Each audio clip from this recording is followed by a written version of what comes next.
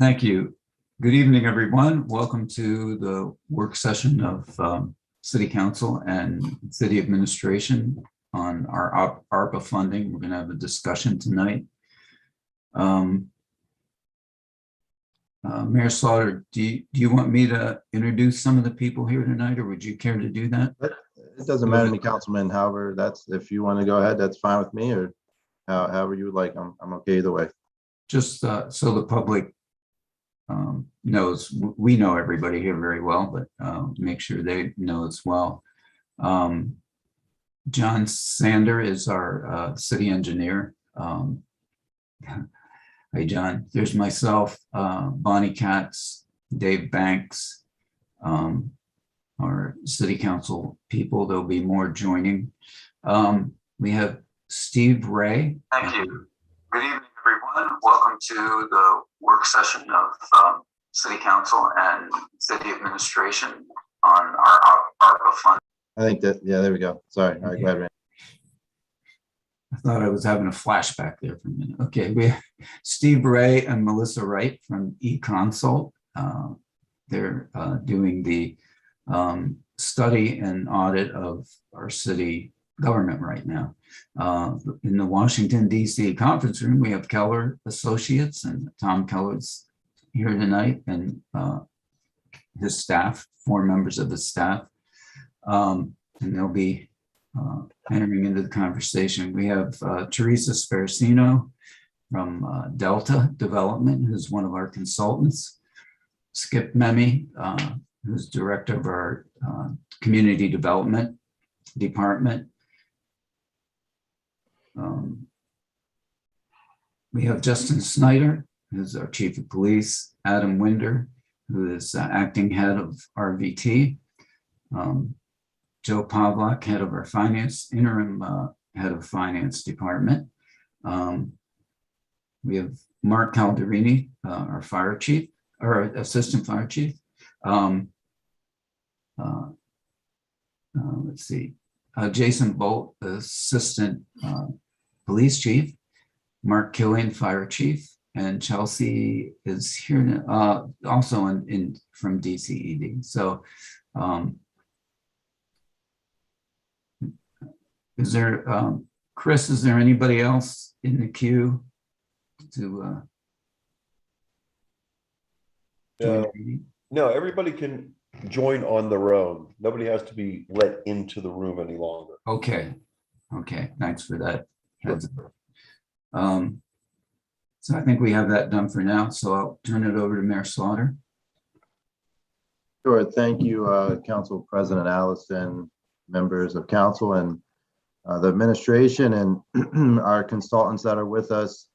Just to reiterate, we do have Teresa here from Delta, Tom Keller and his team from Keller Associates in DC, Melissa Wright, Steve Ray are from eConsult, and they are working with the city on our strategic planning grant program through the state DCED, which is coming to a conclusion here in the very near future, and they'll be presenting to council, the administration, and obviously the public. So very excited to have everyone on the call tonight on the Zoom meeting as we continue to work through our rescue plan funding. We have half of it in the bank right now, somewhere around 12.7 million, and the ways in which council and administration are looking to allocate that to make transformational changes here in the city of Williamsport. So we had a very good discussion at our first rescue plan meeting. I obviously can't speak for everyone, but I think for the most part, we're pretty much on the same page with a lot of the initiatives we want to see. Clearly, we have the levy and a lot of public works type of items, recreation, public safety. So a lot of areas, and now fortunately, we have some dollars that would give us some teeth to, see some of these projects to fruition. So, Council President Allison, I'm not sure, where you wanted to start off with, or how we wanted to sort of facilitate this discussion. I know we got through most items last time. I guess we could start with sort of the biggie out there, which is the levy, which actually this week there are levy meetings. If you're okay with that, if we want to start with that brief discussion. Yeah, that would be good, Mayor Slaughter, especially since Councilwoman Katz and I and John Sander were in the levy meeting today. I just wanted to touch base with something council has from the sense of council, and I think it's some of the things we talked about before, but we kind of put it in a little bit of an agenda or a strategy and a strategy approach. And I'll just hit a couple of highlights here. The strategy overview would be there's three key themes that we've kind of centered on, and I think we all have in our discussions. And number one would be city fiscal relief, what we can do with ARPA funds that would lessen the strain on our general fund position to get us to a healthier financial position for the city. Of course, it all has to be according to the standards for ARPA and spending that money. But if there are ways to leverage that, to do that, economic development, we've talked about that, some of the vehicles that are already in place in the city government to enhance that arm, and community development, which would be the investments in our neighborhoods for citizens. Some of those aren't big ticket items, but they a certain amount of money can go a long way to improving the everyday life of our citizens. So we can talk about those a little bit later. We did before too, when we talked about with ARPA funds, you can use those to stabilize revenue loss, which is an important thing, and something that we've talked about and are in the process of identifying.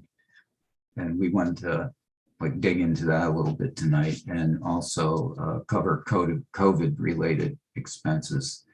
I think that's a good start to what we were looking at as a framework. But it would be good to segue into the ARPA levy funding, and we can, Bonnie and I and John Sander can share a little bit about what we heard today, but I'll turn it back to you, Mayor Slaughter. Well, as you know, and we talked about this on the first meeting, we did apply for $2.5 million. We need the Army Corps. Our Keller team in DC has been working, and others obviously locally here, the county, state, federal, at all levels, have been diligently working to get our levy recertified. As everyone on this call probably is aware, the Army Corps does have to do a study in order for that recertification to happen. They have indicated that would be between $2 and $3 million to complete that study.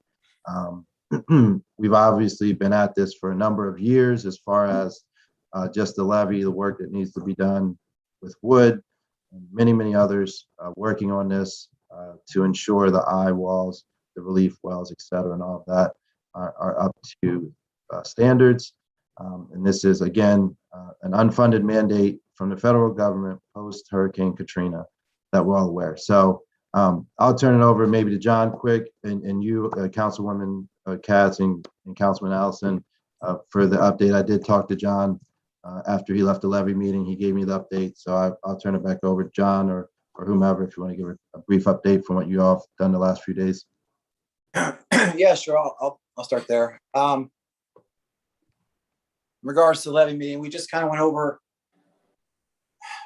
everything as far as the boots on the ground, gentlemen, the work, men and women that work in the flood control department of our streets and parks. and all the way up to how can we improve our system, from so kind of nuts and bolts to how can we improve overall. Our levy has some deficiencies that we are actively working to correct, both through grants and hopefully through this ARPA money. Myself, I've asked, excuse me, Wood Engineering for the worst possible deficiencies based on the Army Corps' inspections over every year, and they total $1.7 million. And they are seven cross pipes that drain the interior of Williamsport out through the levee to the river over in the Newberry section of town. In addition to that, we have the city has 9 pump stations, 2 of which the electrical systems need upgraded, and they needs done now. So for the 2 worst pump stations, the estimate for that is right about $2 million. $2 million each. No. So, excuse me. 700,000 for the cross pipes, 1 million for the pump station upgrades for the 2 worst pump stations. That is, I have it in front of me, Bonnie. So yeah. The-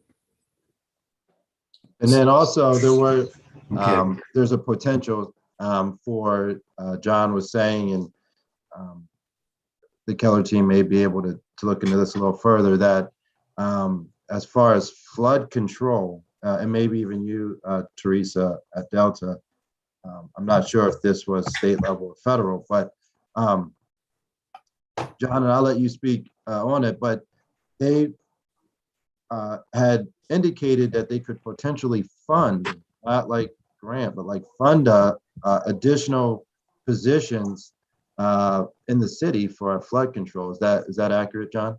Correct. The Wood was actually, they've done this in other municipalities and cities all over the United States, where they essentially calculate the number of man hours required, and then formulate the number of people we need. And if we don't have that many people, they have funds available. I didn't get into how or ask them how, excuse me. But they're able to, and then done this in other municipalities. I think in North Carolina was an example, a city in North Carolina where they actually hire people to be in the flood control department if we're short staffed. So for instance, 30 years ago, there were 7 to 9 people in the flood control department, and now it's down to 2 full-time guys. So that's the decline in the number of folks in the streets and parks flood control department. So Okay, John, where did that funding come from? yeah, excuse me, Elizabeth was talking about it yesterday. Elizabeth from Wood Engineering. She didn't elaborate on where it came from. She said she has programs in place that allow for that. So that was in yesterday's meeting, Randy. You weren't at? Yeah, well, Yeah. Yes. So we're gonna dive into that. okay, because they didn't say anything about that today. Right. Correct. They were more focused on us committing a substantial amount of money towards the system and the need to address that rather quickly. Yeah. Yesterday Randy was kind of more of a day-to-day nuts and bolts operation. How is the levy protection system operate? And today was more of the financial. So yeah. Right. So the gist, and Bonnie can jump in on this as well. The gist I had today was, well, it'd be hard to condense it into a couple sentences, but I think what we need going forward, and they were encouraging us in this vision, was management of the levy is no longer something that the city can handle. It's much more complicated. The standards are a lot higher. And there's always been a set of management standards since the levy was built 70 years ago. And over the years, due to varying different pressures and changes in city government, we haven't hit those benchmarks. And that's not to blame anybody. I think it's just something that happened organically as administrations changed and councils changed and people's priorities changed. I said that to say the conclusion that they're looking at was that we begin to think beyond city management of the levy. But in the meantime, in front of us, the issue that we have to face is a substantial amount of money that we have to find, whether it's from ARPA, and that would be one of the most logical places. Not a set dollar amount, but something that can be applied to different areas. And that can be worked out easily enough between John Sander and Wood, in identifying those things. Mr. Allison. I think everybody has to understand the electrical problems that we're having with the pumps right now. And two of them really need almost immediate attention. And those are the ones that we really have to try and alleviate that problem. And like so many other things that have happened over the years with our infrastructure, we have tried our best to maintain, but of course, due to financial issues and so many other problems, things just didn't get fixed right away. We did maintain the outside of the levee. It's the inside and some of the mechanics that we were not even aware of at times. Now we have the electrical problems. There's gasket problems that have to be refitted. And if we can come up with the financial end to take care of at least the two pumps, I think that would help be a beginning while we go forward trying to find funding. And I know Keller has been helping with getting some of the funding in the past. We do need, as the days go on, the expense of the levy it keeps on increasing like everything else. And we're going to have to commit ourselves with other communities at this point to try and work together to solve the financial problem of the levy, because our levy encompasses the county. It really does. And we're all going to have to try and work together. It's not just a city problem anymore when we stop and look at it. And this is one of the discussions that we had today. So, but that doesn't fix the problem that we have facing us right now. And that problem is at least the two pumps. And I think, John, you can attest to that.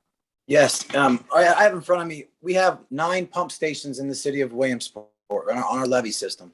2 of them are not in the best shape for the controls. We need to replace those controls immediately. Now, we just did have our levee inspection a couple weeks ago. All the pumps did work, but there were issues in past inspections with that need to be addressed. So that's what we're going to do. I want to do it immediately. John, can I just chime in real quick? Sure, go ahead, Al. Absolutely. So the issue with the electrical is that, these pump stations were built 70 years ago. The electrical components, thankfully, Lecce Electric has had great luck with finding the parts that were needed. Over time, the parts become extinct, basically. That's the one thing I want to say on that. The other thing I wanted to say was, so I missed today's meeting about the levy because I was on a meeting with the Army Corps themselves. And the one point that the Army Corps of Engineers made to me during that meeting was our operations and maintenance is not an issue with our current levy status by any means.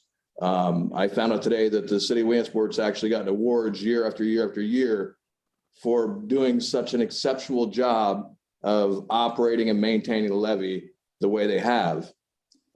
Based upon my conversation with the Army Corps, we have AMEC, who is looking at the overall spectrum of the levy from a sky view, we'll call it, the eye wall, the T wall, being certified, while on the flood control side for us, we're looking at functionality of the pump stations and making sure everything's operating. So we have two different major issues. We're chasing funding for getting certified while we're trying to scavenge for funding to keep things functionable.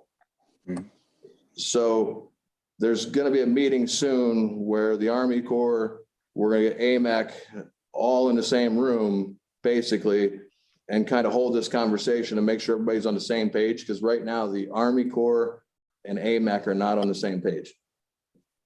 Oh, that's a big problem then. Yeah. That's a huge problem. John is actually going to send the Army Corps tomorrow all the information that AMAC Wood has been giving us. So they can get up to speed on exactly on where we are. Because based upon my conversation with them, you know, for us to meet all of FEMA's standards, basically the levee would have to be rebuilt. Well, So they're going to help us meet those standards, and they're going to like walk us through the process so that we completely understand what's going on instead of just the large terms that we're being told. okay. I don't know what to say to that. I'm That isn't how, flabbergasted. that isn't how our meeting went today. I'm flabbergasted that after 6 or 7 years at this, we're just coming to that place. I'm speechless. Yeah, no, and it's, to speak to that a little bit, it does seem that folks, for whatever reason now, though, they're starting to get back on the same page. So that's, it's kind of frustrating since we've been at it for so many years, but it's, I guess if there's a silver lining, they are, the various agencies now appear to be working much more closely with each other to get our levy system recertified and to make sure that moving forward, we all are speaking the same language, so to speak. Okay. Right now, Mayor, it sounds like Adam is saying that they're having a problem with AMAC. Is that what you're saying, Adam? With wood, you mean? Yeah, with wood. Not necessarily a problem, just making sure that, you know, Wood understands the way that we're looking at the system here as the flood control department. You know, I have one pump station that John's working on, helping us try to find a way to replace the roof because the roof is shot and the water's leaking through onto the electronical components. AMEC's not looking at that because in their mind, the eye wall to a T-wall is a priority for the levy certification, which I'm not downplaying the importance of the levy certification, but we're looking at everyday operation where if, you know, the high water events change constantly because we have the sanitary authority who, you know, we're going to go back like 10 years, 12 years. We activated Arch Street Pump Station at 10 feet. That was action stage. Now there's times that we're activating that pump station at 4 feet because we've expanded the amount of water that comes into the sewage treatment plant there, but we have not expanded the holding cell under the pump station for the amount of water that they're going to push out to us. So the issue is if we back them up, the water spills out in their facility, they now have DEP that's coming after them. Mm-hmm. So our times to turn on pumps and capacity aren't equaling out to where they should be. The other thing is, like we always talk about Graphius Run, you know, building projects have happened up in the north of us that now make it so not so much water soaks into the ground that actually comes into the run. That run ends up at Hepburn Street Pump Station. Hepburn Street Pump Station, you know, can't necessarily pump that much water that fast. So we've done work to build things, you know, the college has expanded, the hospitals expanded, et cetera. We've lost ground that used to absorb the water, and we haven't expanded our pump stations to make them to be able to get the water out. Does that make sense? It makes perfect sense. Mhm. So for us, we're looking at, we have to keep these pumps running, that some of them are 70 years old. We don't have backup power. So if the power would go out on the grid, we now lose a pump station. We have a roof that's bad. We have switch gears that are bad, that we don't know from one time to the next if they're going to kick on or off. If a pump goes down, one pump pumps out 125,000 gallons of water a minute. That's really a lot of water. And that station's been engaged 4 times already this year. So the amount of times we're running pump stations is increasing because the climate's changing and we're getting more water, we're getting heavier downpours, et cetera. Or, you take into consideration, like I was talking with the Army Corps of Engineers earlier, the river level climbs because you have Pine Creek Dam, you have Blanchard Dam. They can only hold so much pressure. So at some point they have to release water to relieve the pressure off the dam, which then raises our water level here, which then also makes us, we have to engage pump stations. There's so many variables. And our number one goal is to make sure that our stuff is functionable, where AMEC's job is to make it so that we are certified. Yep.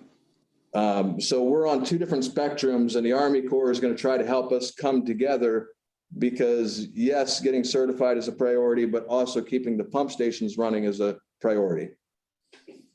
Well, a lot of this is also affecting insurance. And we do have to really work diligently with this. From what we were told today, that starting tomorrow, insurance rates, and Randy, correct me if I'm wrong, are going to be rising by over 2%. Well, And yeah, she said the insurance industry is changing the way they assess flood risk. Right, because the Water FEMA risk. standards changed, Yes. which then makes the insurance change. But you also have to look at it this way. Yes, if we're not certified, homeowner insurance is going to go up. If we become certified and our pump stations don't work, the city's on the hook for all property damage then. So it's kind of one of them backed in a corner either way you look at it. So that's why we have to make both items a priority and figure out a way to keep both items moving forward. And the Army Corps wants to step in and just kind of bring us into that spectrum. Like I said, they're not aware of exactly how AMEC Wood came up with did their study for the eye wall to the T wall. So they're interested in seeing that from John, because there's some, recommendations or guidance they may be able to give us there. They want to make sure they're prepared for their colonel's meeting with Senator Casey that's coming up very soon. So that's why we held this conversation today, and they're trying to get all the information they can from us. Okay, Dave has his hand raised. Before we go that, I just want to, this meeting between Wood and the Army Corps, we need to have that front and center if we can, as soon as possible. It has a bearing on a lot of other things that were discussed today. Right. We're going to work on that. We just have to give the Army Corps a chance to read the information that John's going to send them. Okay, thanks. Dave? Yeah. Adam just happened to be at that meeting. I was at the other one. So, yeah. We're now crossing paths. So to bring this back to ARPA, Mr. Sander, do you have the total estimate for what the cities is on the line for the levy in total? Yeah, I could dig it up. And then after that, the second part of this question is possibly for our consultants. We were talking about a $2.5 million funding stream from somewhere else. Was that from, was that a part of that Graphius Run talk we had about that study, or is this a different funding stream? Yeah, that was the federal items. Okay. So I guess what I'm getting at is trying to bring this all back to the point of this discussion tonight is, how much is potentially going to come out of another funding stream, and then how much are we looking to spend out of ARPA? Right. So for just the Army Corps study, it will be between $2 and $3 million. And Keller team, I believe that's correct, right? That's what the Army Corps tells us between 2 and 3 million for their study. And just to reiterate, in order for it to be recertified, we have to do the Army Corps study. That's not optional. The study is fact. I'm on one. Okay. Mayor, if Mr. Allison, if I could just address that for a second. Absolutely. Yeah, the issue we have here is when we worked in the Congress to get legislative language in the Water Resources Development Act of 2020, which passed in December.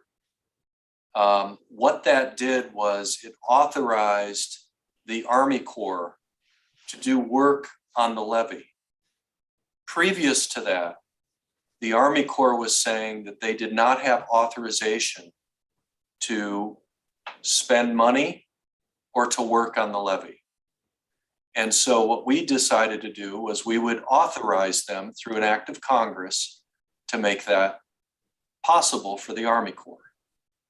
And so we worked with the Chief of the Corps of Engineers to put on his priority list to the Congress the Williamsport levee. He did that, and of course this took about a year and a half of work with both the administration and with our congressional representatives to make this happen, as well as the civilian folks in the administration. And the Chief of the Army Corps presented that to the Congress. The Congress accepted that. And as a result, we have authorizing language in the WRDA bill authorizing the Army Corps to do work. The only part of that needs to happen is funding. And so we're in the process of working that through the Congress for an appropriation to help the Army Corps do its work. Now, part of what has to happen before the Army Corps can do some of this work is it needs to conduct a feasibility study. And so I do know that there is some resistance to doing this feasibility study, because it's possible that that feasibility study could raise other issues with the levee. And the purpose, and I understand what Adam's saying, you have obviously every day you're dealing with issues that we can't wait for funding, we can't wait for certification, we got to deal with these things now. So I understand that, but I also agree with your point about maybe we have to do this on a dual track, because the levee does need to be certified. Otherwise, there are going to be issues with the local business community and with residents. And so right now we are working with the Congress and with the Army Corps to try to come to some agreement on what would make sense in those terms. The city signed a document that said we will be responsible for operation and maintenance. And that's shortly after the Army Corps built the levee, and they went ahead and handed that over to the community, and the community was responsible for operation and maintenance. What we're contending is this goes beyond operation and maintenance, some of the things that are happening here. Let's take the pump stations and the electrical issues. As I understand it, the Army Corps has to approve any new electrical system that goes in there. And this is beyond the operation and maintenance side of things. So to me, it would make sense that the Army Corps assist us with the electrical piece. I believe that we can get funding for the eye wall issue. And, as you all know, FEMA requires the eye walls to be taller than what they are right now. And you cannot build a taller wall on the current wall because it will just fall over. So you can't have an eye wall with an increased height. So we need to change that eye wall to a T-wall, which is more stable. And, you know, at the time when these eye walls were built, perhaps they should have been T-walls at the time, like other communities got. Williamsport, for some reason, didn't get T-walls, they got eye walls. So we wrote and competed and won the $5.6 million grant for the Memorial Avenue eye wall. So that's in process now. I don't think the community needs to spend any ARPA funding on the Memorial eye wall. I think that's taken care of through federal grants. And I also believe that the Dewey eye wall, which is a much more complex eye wall, may be able to be dealt with federal grants without having to use the ARPA funding for that. It's a complex project. I believe we've gotten some commitments from EDA, the Economic Development Administration in Washington, that said, we recognize the importance of this project and we want to put you on the priority list for FY22 to go after additional grant funding. So we intend to do that for the Dewey eye wall. But in terms of the cross pipes and the relief wells, you know, that's an area that the 5.6 million did take care of some of the cross pipes, you know, which is now beginning to get taken care of. But it's not going to pay for all of those cross pipes. So in my opinion, my humble opinion, Mr. Allison and Mr. Mayor, I'm thinking that if we can take care of some of those cross pipes that are not handled by the grant, and perhaps any remaining relief wells, that might be a good investment for the ARPA funds as we move towards certification. Perhaps when we're meeting with the Army Corps, with Congressman Keller, which will be coming up soon, my feeling is that, you know, maybe there is some way we can work with them on the pump stations, electrical systems, the more serious ones, since they have to approve them anyway at the Army Corps. You know, it might make more sense for them to jump in and help on that. So that's just my 2 cents. I don't know if that's helpful, but I do agree with what Adam is saying in many ways, and of course John. So hopefully that makes sense. Well, to that effect, are we proposing then that no ARPA funding would be used for those pump stations, the actual day-to-day upgrades that we need? I'm sure as heck not. No, I think, I'm sorry, Tom, but I disagree with you. I think we need to fix those items, not just for future inspections, but in the event that event happens next month, they need to be operational. So, and they need to protect the community. So I think we should spend $1 million to fix the 2 of our worst electric system upgrades for the pump stations. I'm not sure what Adam's opinion is, but by all means, let me know, Adam. My opinion's with you, John, because we've had the pumps not running during a high water event. We were down to 1 pump because the electrical system failed. We've had transformers explode. When that happens, that's $25,000 out of the city budget to repair them, and they're not far off. I mean, they're 70 years old. You know, and I respect everything Mr. Keller's saying, and I respect his reasoning. It's just, we're the ones working with it every day, and we know what to expect. Like I'm going to say, I can almost guarantee you, if we activate pump stations tomorrow, we're going to have an electrical issue. Something's going to drop out. Well, and let me just be clear here. I mean, you are closer to this than I am here in Washington. Yeah. Right. No, that's fine. We were trying to all Tom. But John and Adam, if I could just say something about strategy. Yes. You know, so the Army Corps, I believe, could potentially help us with some of the pump stations. Maybe it's not the two that are most dangerous. Maybe there are other pump stations that they could help with.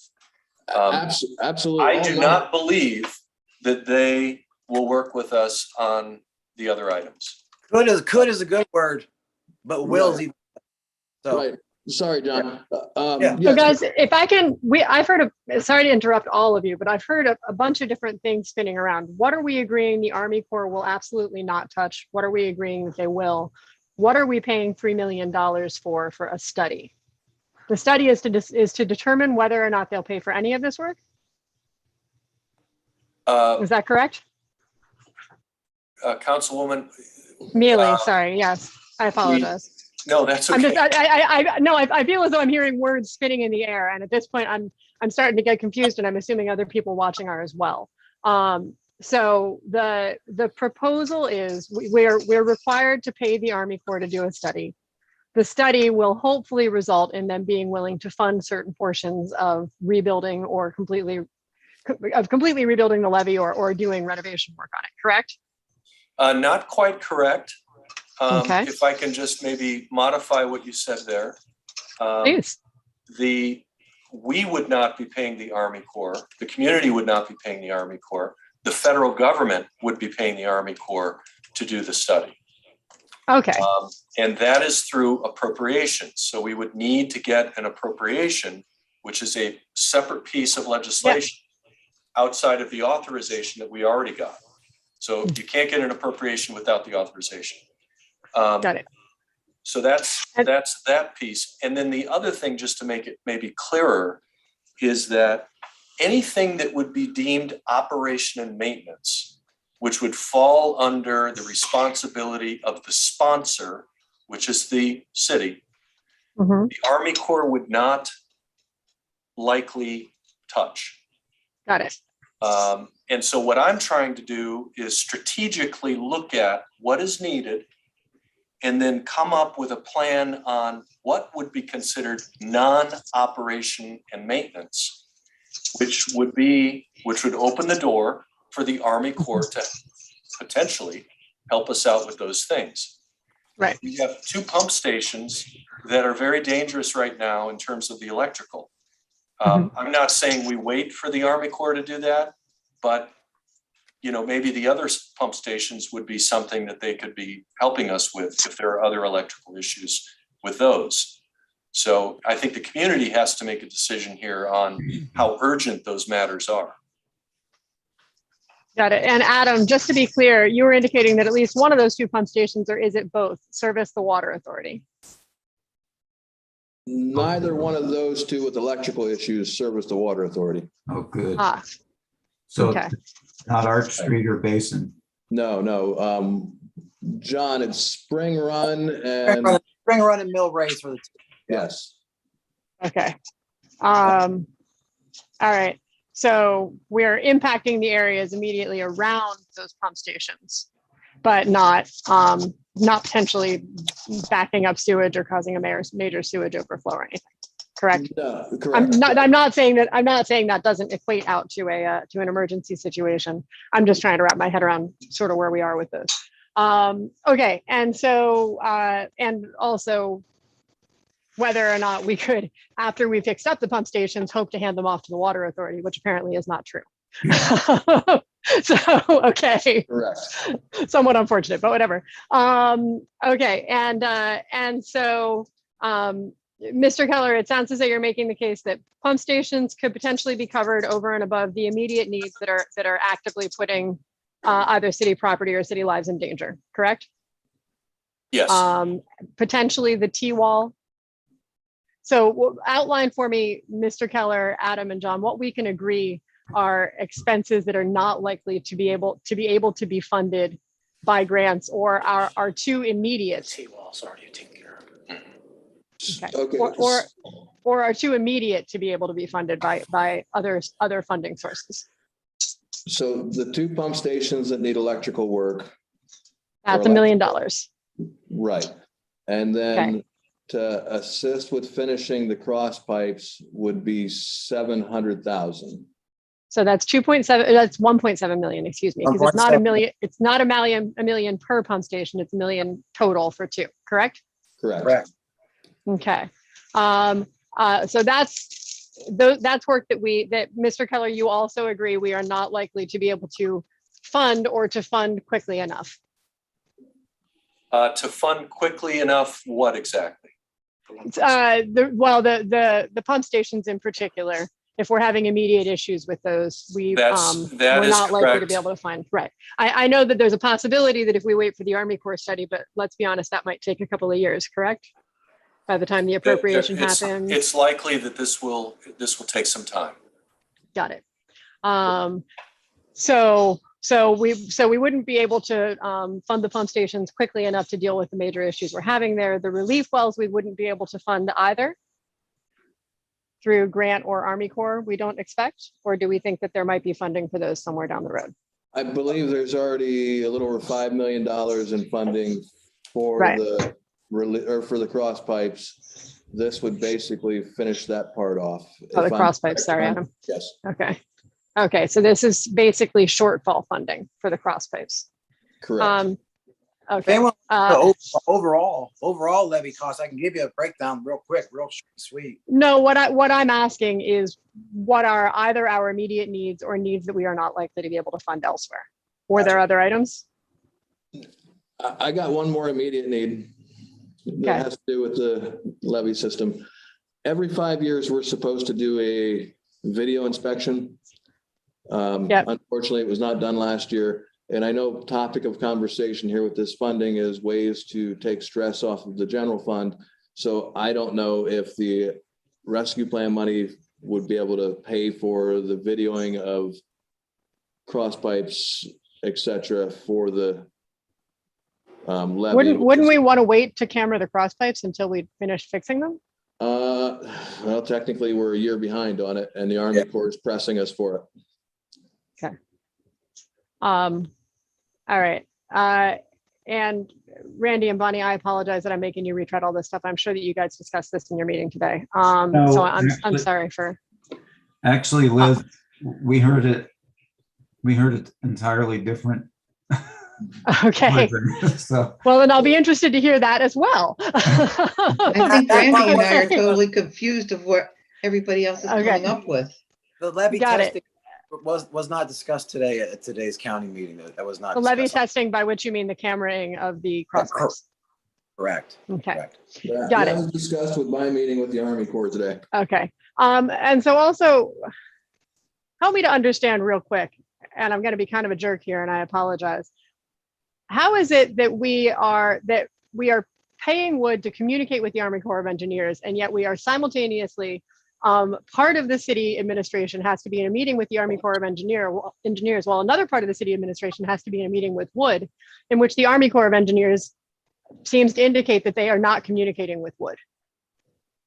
How does all of that happen? How does that scheduling work out such that Wood schedules their meeting at the identical time as a meeting with the Army Corps so that all members of the administration can participate in both?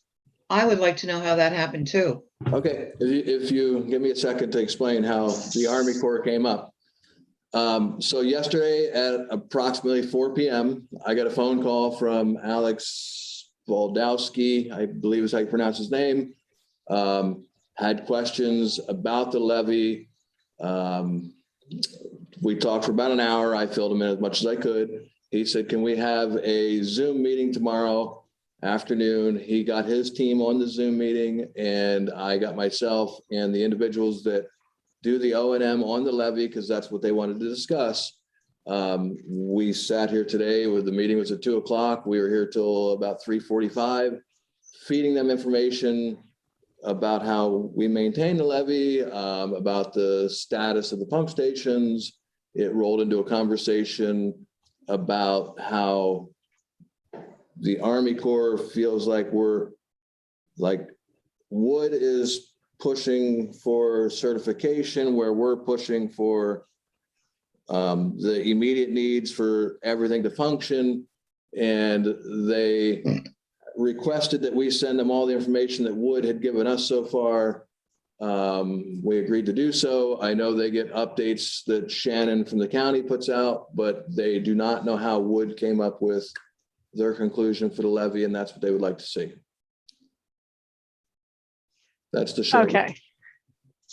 And Got this it. Adam, did you, gentleman, Adam, did you, is Adam, did you relatively- tell them that we were meeting, that Wood had a meeting with county people today? I did, and I told them that John Sanders was at that meeting while I was on the meeting with them. I think And the meeting that we had today, and Bonnie can either verify or not on this.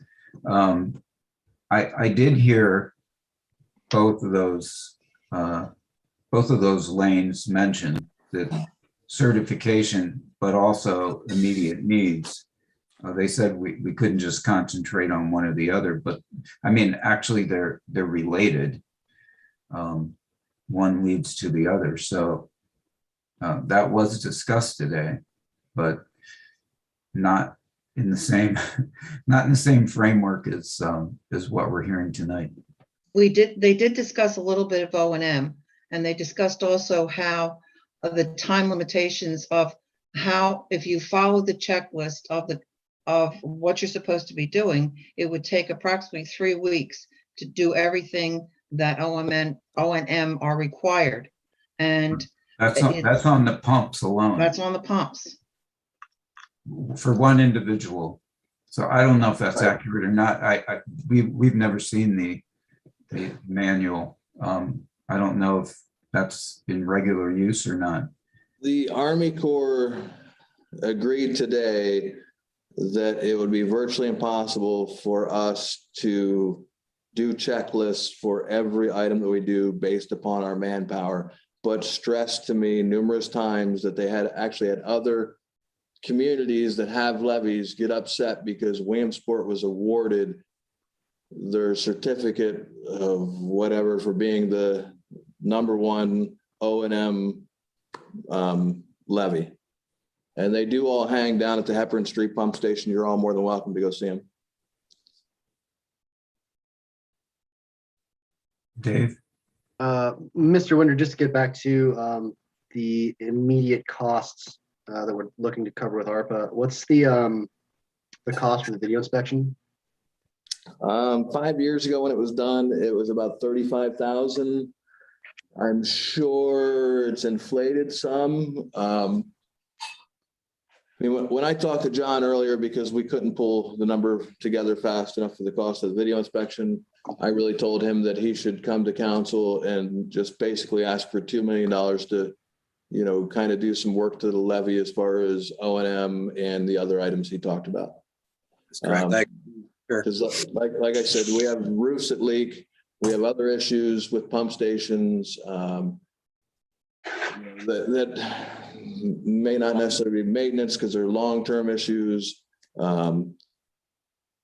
We really have some things that need repaired, and you know, the flood control budget is very small, and like all budgets, we try to trim as much as we can.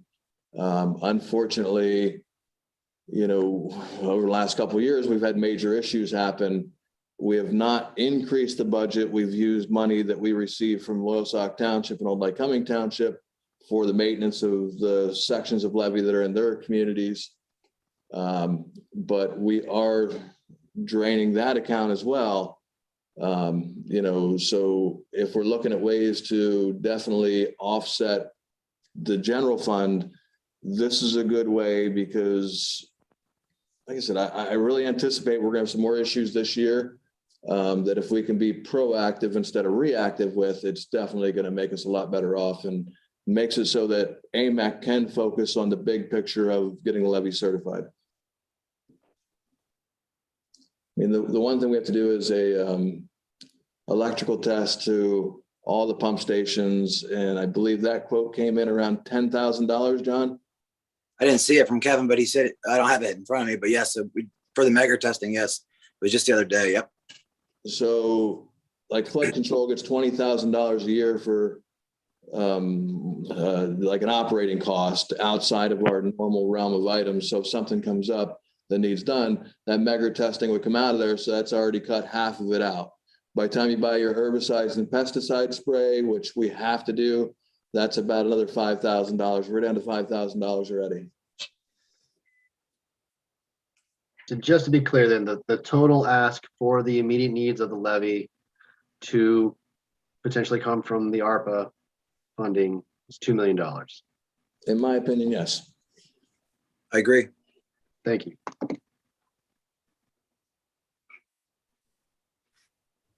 Okay, we had a lengthy discussion there. Council President Allison, do we want, is anything else around the levy, do you think, or do we want to? I think we covered as much as we can tonight. You know, some of these other things have to be resolved outside of this venue. Got it. Are other council members okay with that? I think there's so much more to discuss that it would take up hours, and we don't have time to do that tonight. Right. And, Keller and Delta are. Does anybody have anything else to add or? If I can just say one more thing real quick. Sure. If anybody is interested in going and touring the pump station so they can fully see it and understand it, I'll be more than happy to come pick you up and take you there. Okay, I'll jump in on that. It may be helpful. Dave, I believe you did some of the walkthrough when the Army Corps was here doing their inspection last time. You talking to me, Dave? Well, I mean, in terms of full disclosure, my company's doing the survey subcontracting. I'm sorry.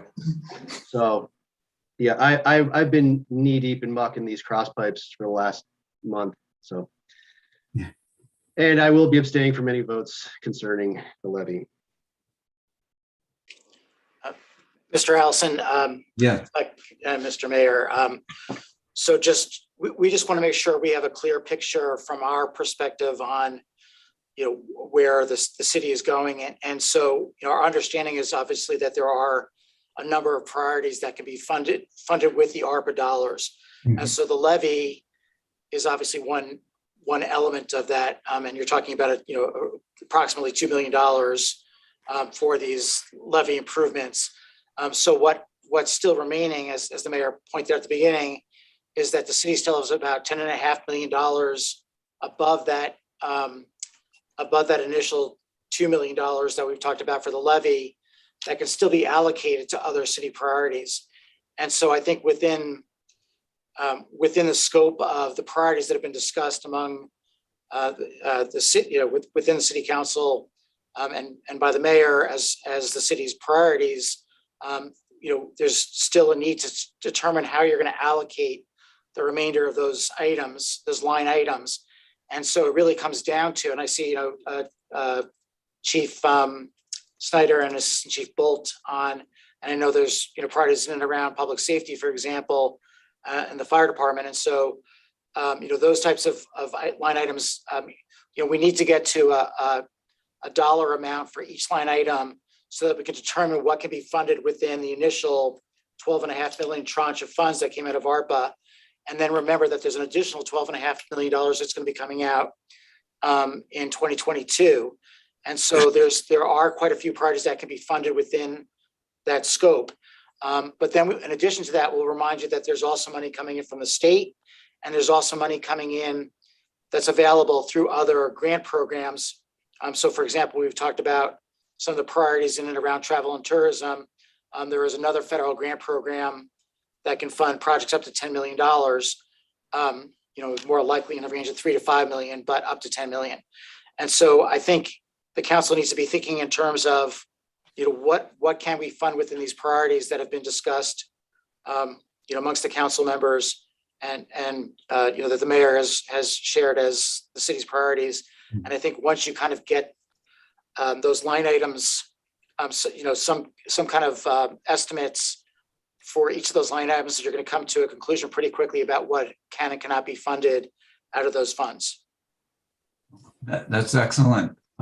Thank you for that input. I think it's clear that I believe we need to begin to work with a matrix with needs, and then cross-section it with possible funding for us to be able to keep track of each different lane where things are. Yep, and I'm Thank keeping track of it too, Council President Allison, and maybe then we can share, just so as we work through, we know where we stand with, obviously with the 25.5 million. Yes. Thank you. That was an important addition there. Appreciate that. So just I guess very quickly along the same lines, just when we spoke about this at the first meeting, so the water line improvements for the water authority, which we discussed, and that's infrastructure, very important infrastructure that the water authority spoke with us about, and that was $1.5 million that they requested.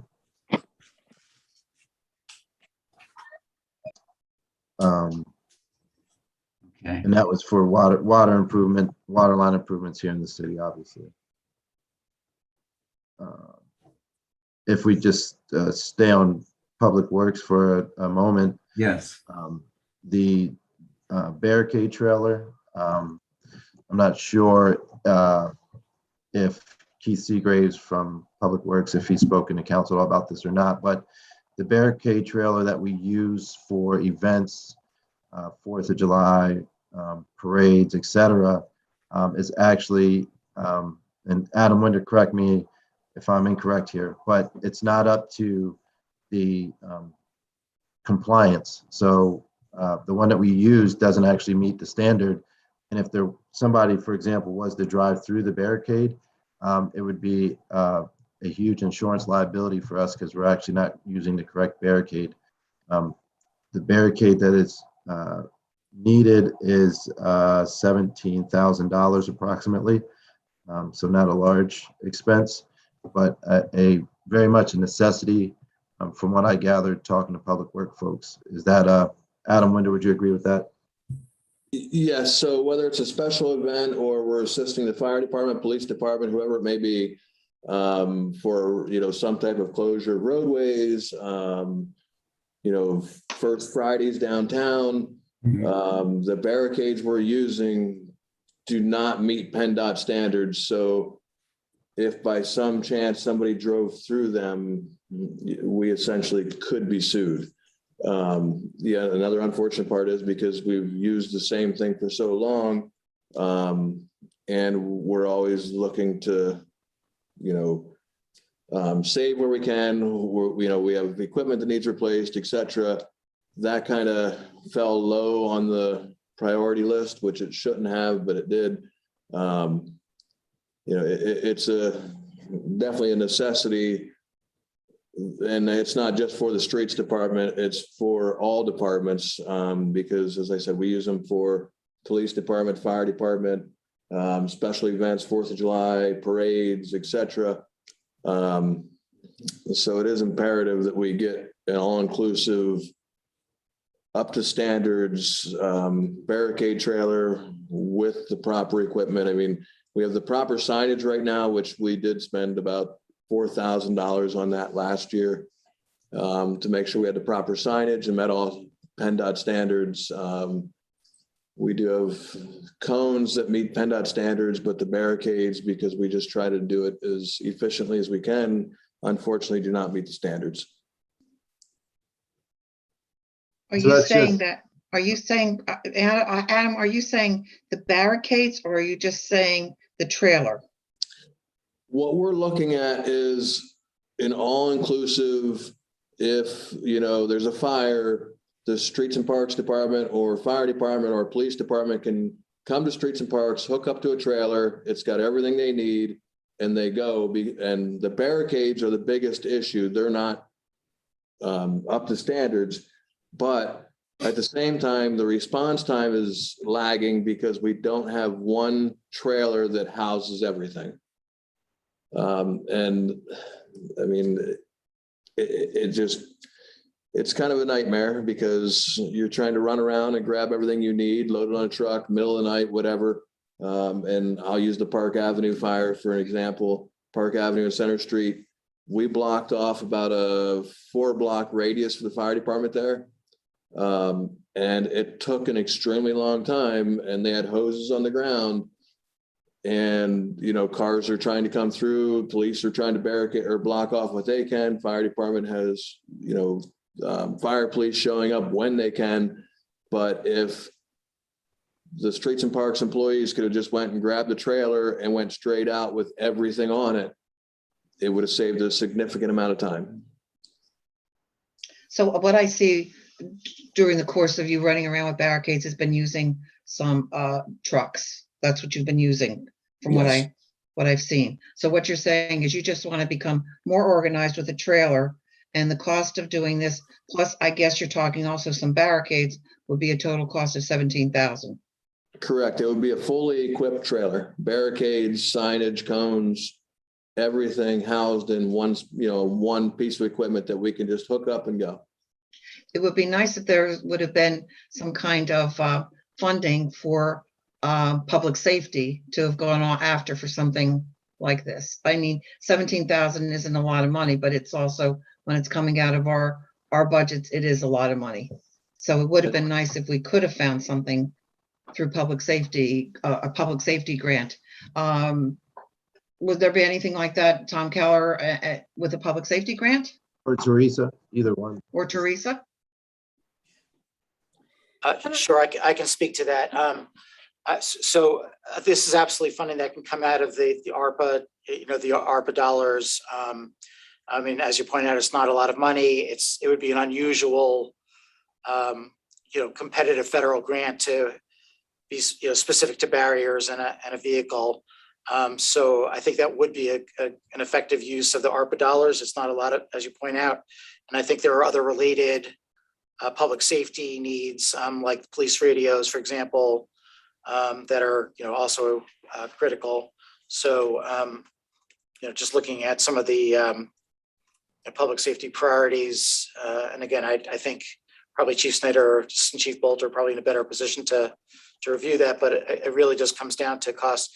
The one thing, as the council is aware, is that there's an ongoing grant that's under review related to developing crisis intervention teams to support law enforcement who are working with individuals with serious mental illness. So you know, those kinds of grants are out there. Things for like police radios and equipment. There are sometimes grants out there. There are grants for bulletproof vests, for example. And again, on the fire fighting side, there are grants for personnel, there are grants for equipment. So again, there are several different items related to public safety that probably should be funded out of ARPA. Okay, I can understand that. You know, sometimes in my own mind, you think maybe you can bundle things together and put it under one umbrella, but I guess that isn't the way it can be done. Yeah, under public unfortunately, safety. with federal grants, they tend to be very targeted. You have to have the one. I silos. understand that, but I just, you know, with this, it's also public safety, also with barricades. Absolutely. Now, the other thing you can consider, because you're going through a strategic management planning process, your records management system and some of these other items can be included in the implementation plan for that strategic management plan. And then DCD will pick up a portion of that. You can use ARPA monies then to match your DCD so that you're really maximizing. So you really want to leverage your ARPA funds because they can be used as match for your state funding. So if you're to the tail end of the strategic management plan, and I don't know if the records management and some of I saw the human resources and especially that financial suite, those are items that should be included in that implementation. And Melissa, you're probably, I see you're shaking your head, so those are probably in that plan. that next step then is a request to DCD for implementation. And then you have your ARPA funds to match. And in that way, you're, again, maximizing your dollar. I think that's why PCC I'm questioning what can be done, because you don't want to touch the ARPA until it's absolutely necessary. And these items, what I would do is that may be something that you look at for your second distribution, your second tranche of money, so that you submit your state grants knowing that you have that federal money that you can use and put in place. But get your state money first, have your match. And if these aren't items that are, critical, like the levy is critical and needs to be done right away, your water line probably needs to be done right away. Some of your recreation improvements as well. There's C2P2 funds that are available. So those you can allocate the money now, but then apply for state funds in order to, again, you're not using 100% of ARPA monies, you're only using 50%, which helps spread that ARPA money even further. And not even actually, Teresa, because we were fortunate, we're actually 70-30. So for the DCD, that's great. right, when you That's talk great. about, so I just recently met with DCD, and to Teresa's point, most of those items, the financial suite, the HR suite, et cetera, will be obviously included as recommendations. From that point, then that's when you go to the state, it's included in our recommendations. And then phase two, as we start to implement, we say, hey, we want a financial suite, one HR suite, whatever the case might be, 70% covered on the state's end, 30%, as Teresa mentioned, and local, which could obviously qualify, the ARPA funds would qualify for. The barricade trailer is kind of a smaller expense, relatively speaking. So that's kind of why we kind of hung that out there separately. It is, depending on who you speak to, obviously an immediate need. The Park Avenue fire, as Adam referenced, this was a great example that we needed it extremely quickly. It was a very big fire that grew very fast. But just depending. So that's why I kind of hung that out there a little separately. But to your point, Councilwoman Katz, yeah, the larger items, we can leverage the ARPA funds and get the state funding via the strategic planning process that's getting ready to be presented to us very shortly.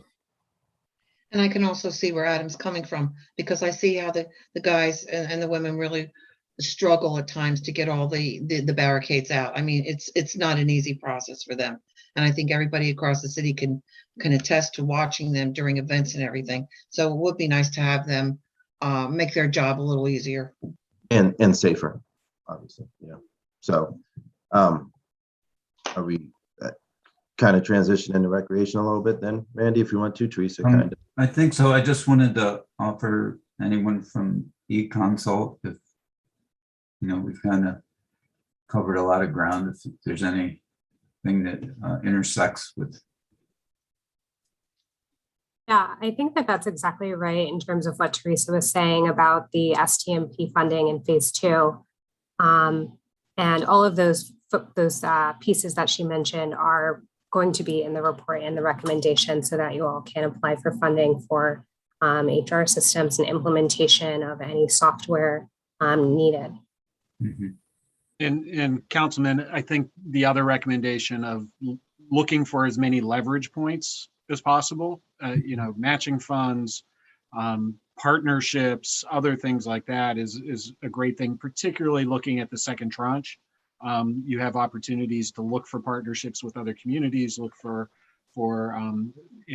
different types of opportunities that give you more bang for your buck as you're distributing those dollars. Thank you. That's good guidance. Appreciate that. All right. Okay. Back to me, Council President. Yes.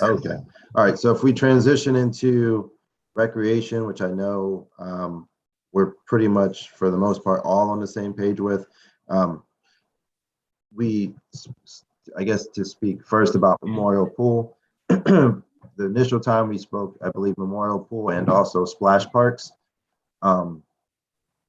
We have a few cost estimates around the pool. Obviously, our Public Works Department has been working very diligently to identify the leaks. They've identified a number of them. They've started to correct some of those, and we've looked at a pool membrane. We've got a quote for around $100,000, I believe. Adam, is that $100,000, I believe, in that vicinity. Yep. And that also that would take care of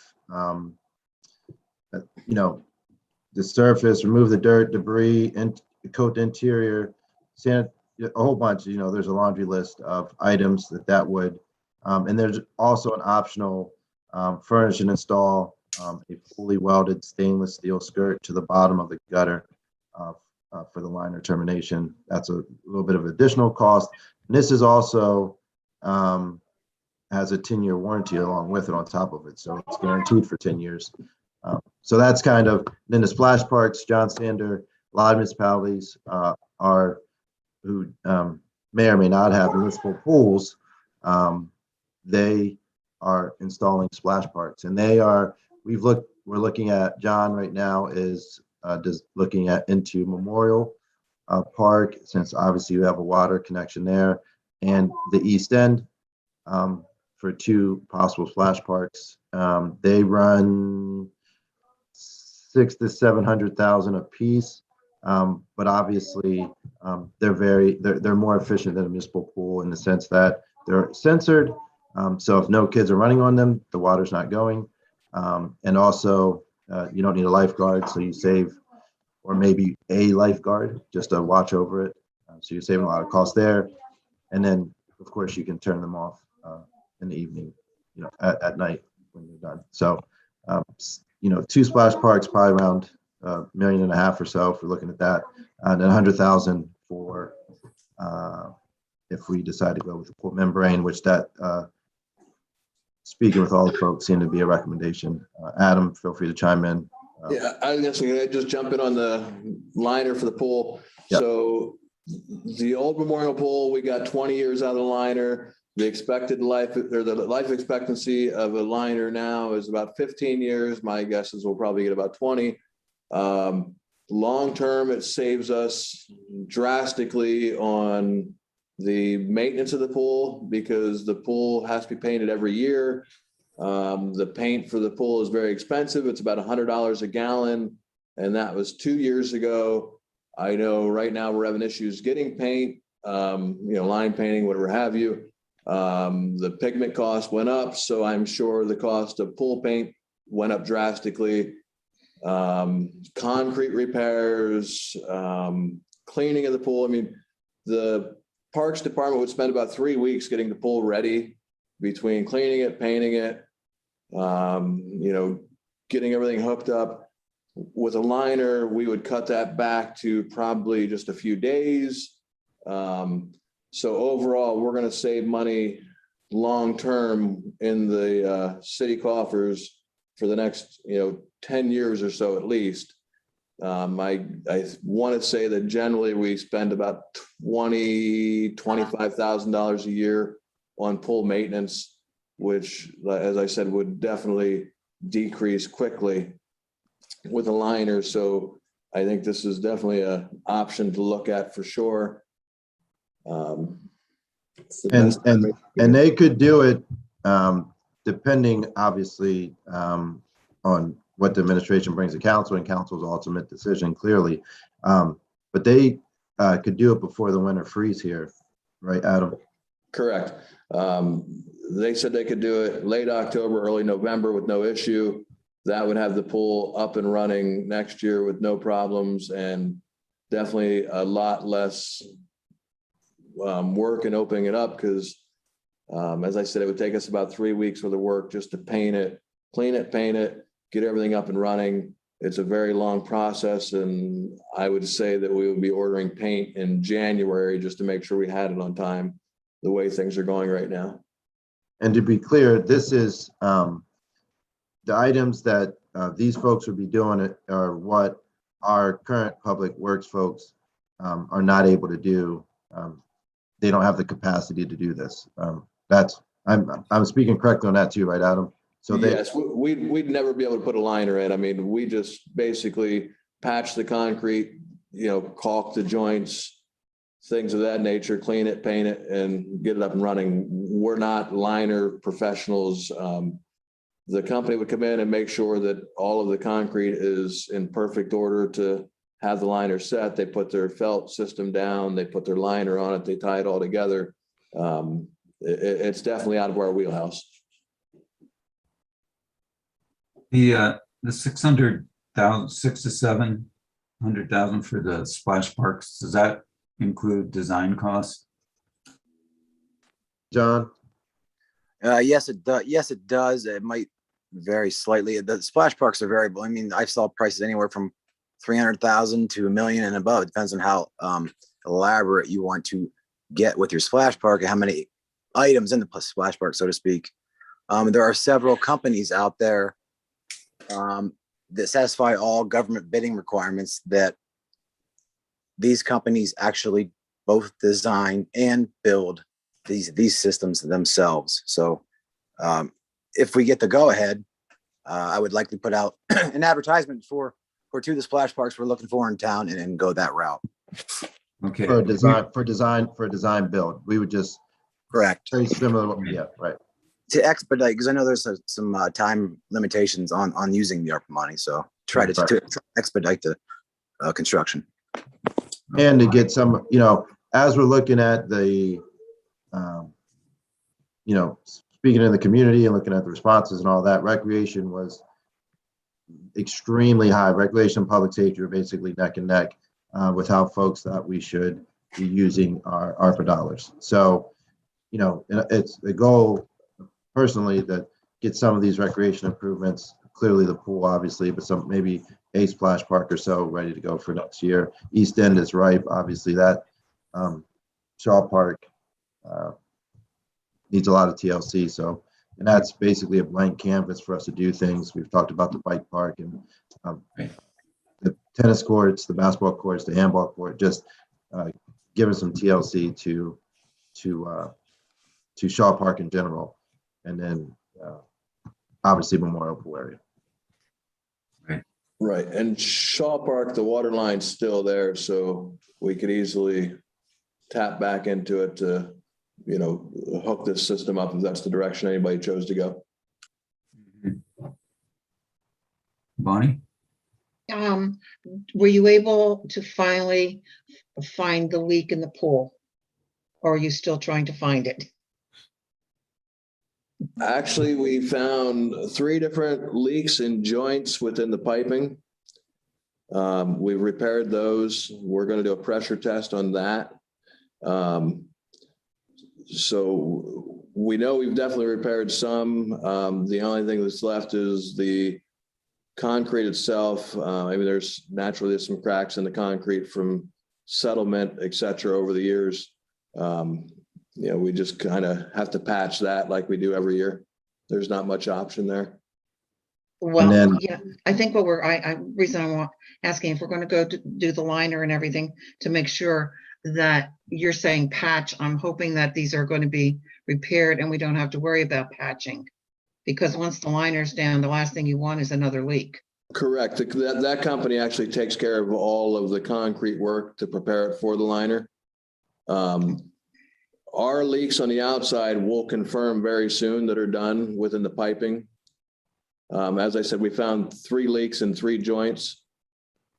So we repaired those. So we're going to do a pressure test here very soon. We dug one final spot that we thought was a possible sinkhole from water leaking. It turned out to be a tree that even Dave Myers, who's been in the Parks Department forever, didn't know a tree was in that spot. So that's how long ago that tree was there. Okay. A quick question, and this will be for Joe Pavlock. Is there any money left in the Memorial Pool Fund at all? Is Joe Pavlock here? I don't. Yeah, he Yes, is. he is. Joe, I'm throwing something at you. I I'm know, sorry. Can you hear me now? yes. Yep. Mhm. Yeah, there's money left over. There was the 100,000 that was donated funds for the pool. So those funds are still out there. I think it was council's intent to try to grow those a little bit each year. I think we transfer $2,000 from the general fund each year. So it's money that was meant for the long-term maintenance of the pool facility. So there is that money still out there. Okay. So, And sorry. the other thing I wanted to question, you're talking about splash, I'm for the splash parks. I wanted this years ago. Did you ever consider doing, you're saying it in Memorial Park, did you ever consider maybe Brandon? From the Yeah, standpoint. we can look. Sure. The only reason I was initially saying Memorial and Brandon, because we already have Memorial sort of dug up as it is, obviously, and there was some work done there. But I'm not against, obviously, Brandon either. I mean, I'm trying to think of Memorial- where areas in the city where it Mhm. can be beneficial to our kids all over, that they don't have to go for transportation to go play in water. Right. No, I'm with you. I mean, and realistically, as John said, that the cost varies. So we don't have to do $600,000 splash parks. If we want to put sort of a smaller one, so to speak, maybe in Brandon, because they have the nature play and they have that, the area where the pool was, obviously, at Brandon many years ago. Right. And I think, Adam, is the water line still there in Brandon as well? Yes, the water line's still at Brandon. If we wanted to put it in the location of the old pool, that would probably be the most ideal spot. Right. So there would just be one additional hurdle, which would be the Brandon Park Commission, of course, which I don't foresee. I can't speak for them, obviously, but I don't foresee that being a big issue. I think this is a great idea. Everyone I've spoke to, Scranton just recently put in a splash park this past summer. They love it over there. John and I have actually been in contact with their engineering folks over there that designed their splash park, and that turned out well. So yes, Councilwoman, to answer your question, I would be in favor of Brandon also. But just if I can throw it out there. These are just so accessible for everybody. And that's why I think, to be able to have a couple of them throughout the city would be, beneficial to our kids, especially when the summers are so hot.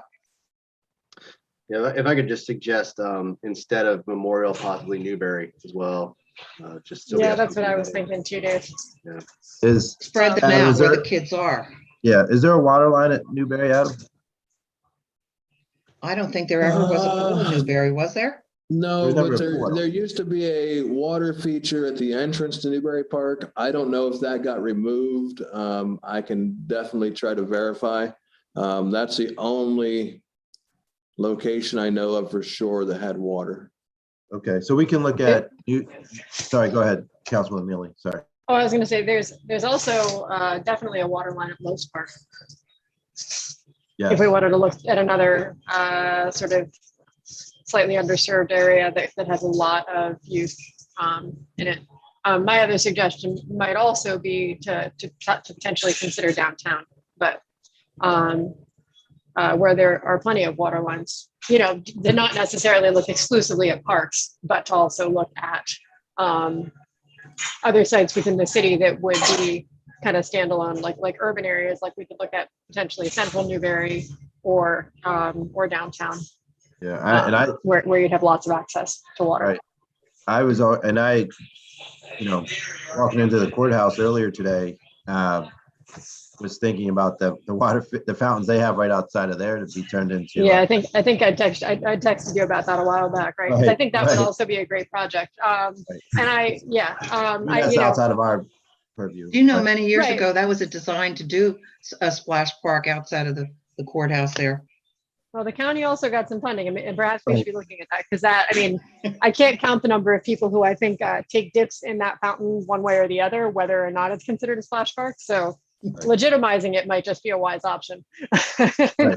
So, all right. So we can, I agree with you, Councilwoman and Councilwoman Katz, as far as Newberry.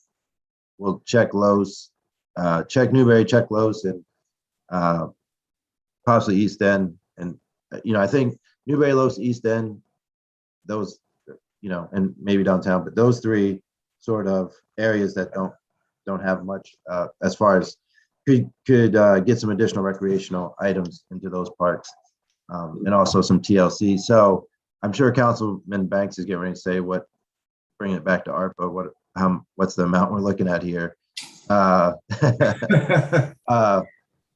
mean, I don't know if we say 2 to 3, I would say including the pool things at Memorial, $1.5 million or so, probably. I would think $1.5 million to 2, depending. We'll have to check, which we can check here, tomorrow, early next week, about the water lines at Newberry and Los, and then determine where, collectively determine where we want to do the splash parks. I think we're all in favor of splash parks. I like them a lot, as was mentioned. So I would say $1.5 million or so to 2. And that would include the Memorial Pool, the liner. Obviously Councilman Mackey spoke on the Brandon Park, as far as the baseball fields, and some other. We've applied for grant funding for Youngs, so that's we're waiting on that. Los is going to already get some improvements, so I know Skip is on here. Los is going to get ADA upgrades, lighting. They're getting various items. That's going to be early next spring, hopefully, ready to go. Skip, if you want to speak about Los for a second here. Yes, good evening, everybody. Lowe's Park is in its final design. The documentation is being put together to put the bid package on the street to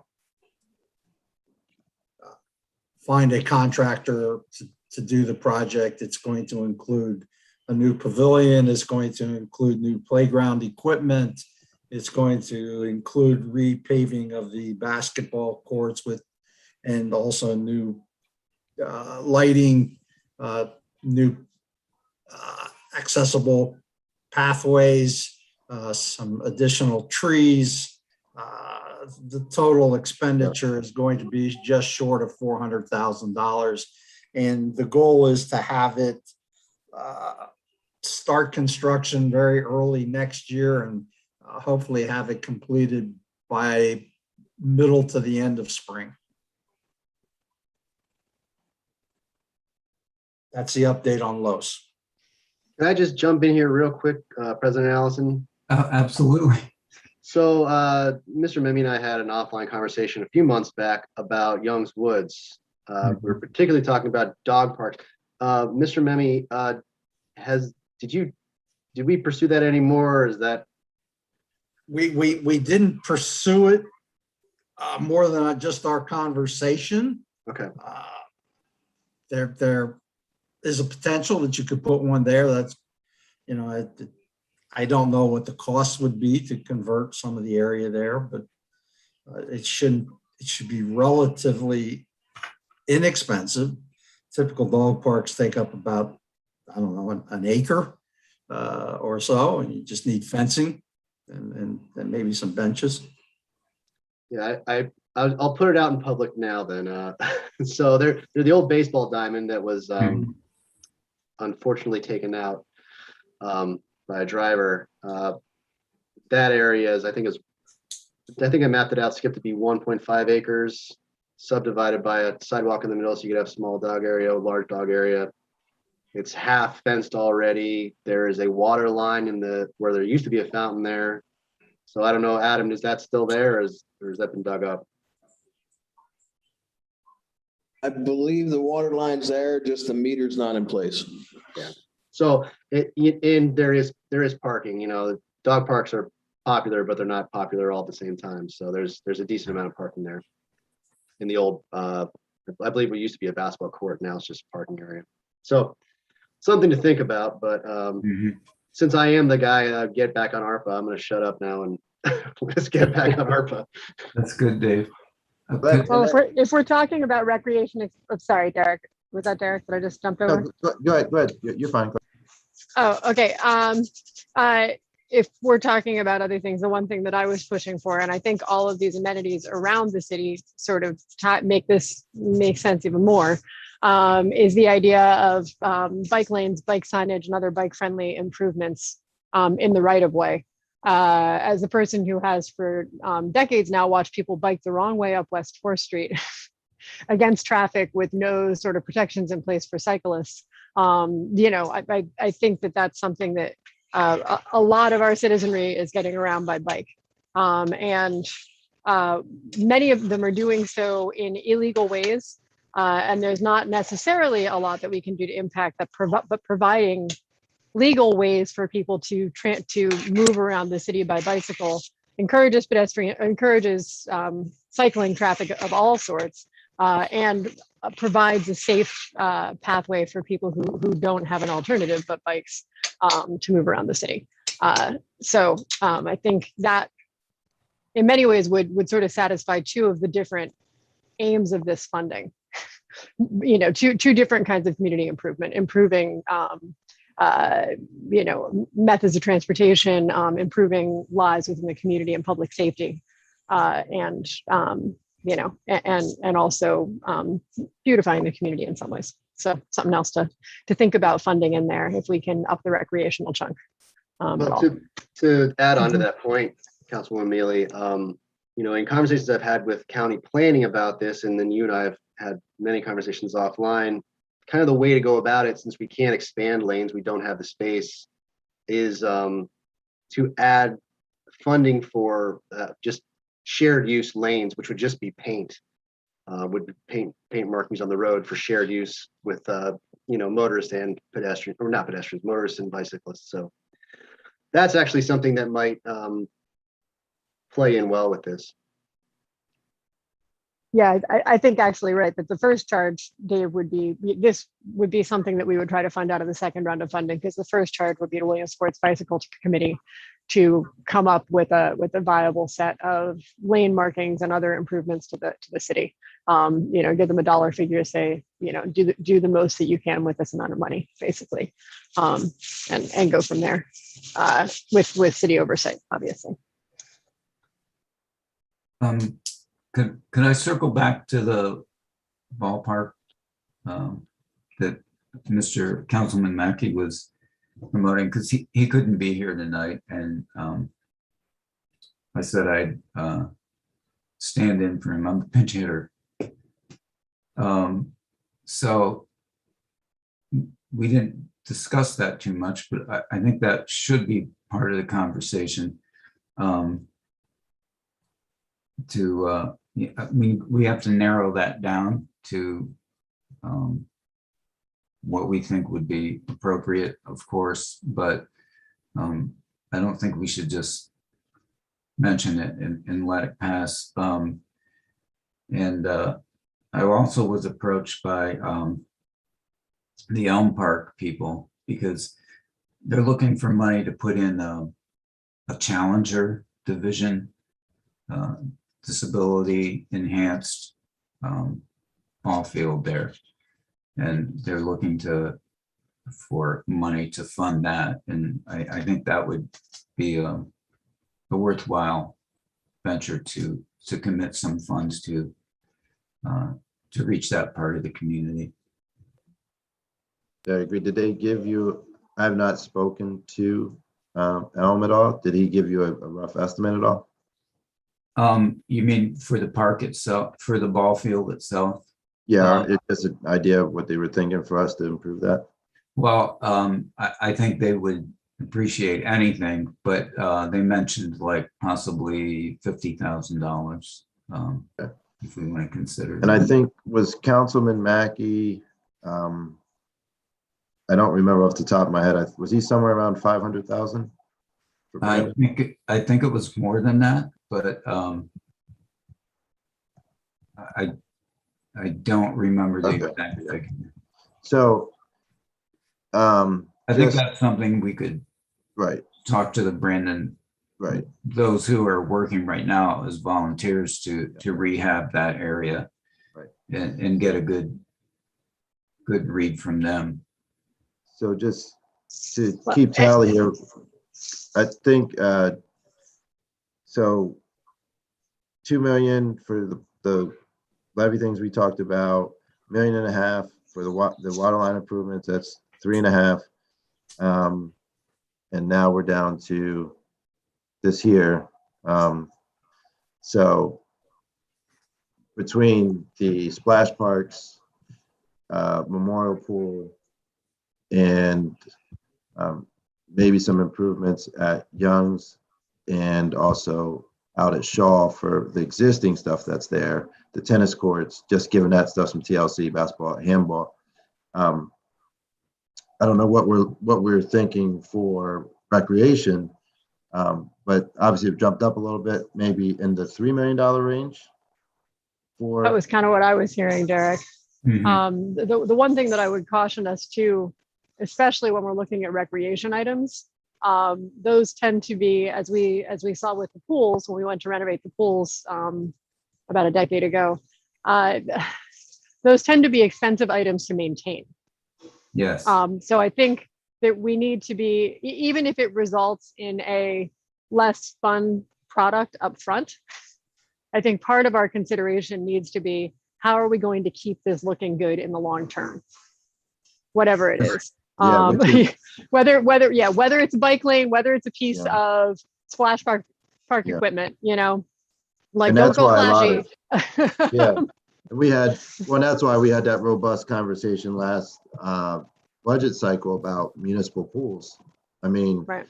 and this, speaking with my colleagues around the Commonwealth, it's why a lot of them are transitioning to splash parks, to be quite honest, because of what you just mentioned. Right. The upkeep and the long-term maintenance is a lot easier and, quite frankly, cheaper.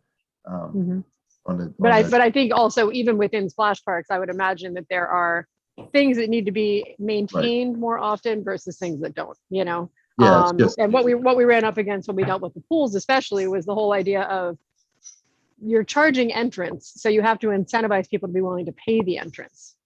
You know what I mean? And that is not an issue with the splash park, but it is this whole, like, there's an expectation in society now that you update things on a regular basis, and we are likely not going to be in a position to do that as regularly as the community might expect. So how do we get something that we can make look new quickly, or, you know what I mean? Yeah. How do we get some bang for our buck there? Right, I would say right. that is also true of any ball field renovations that we are doing.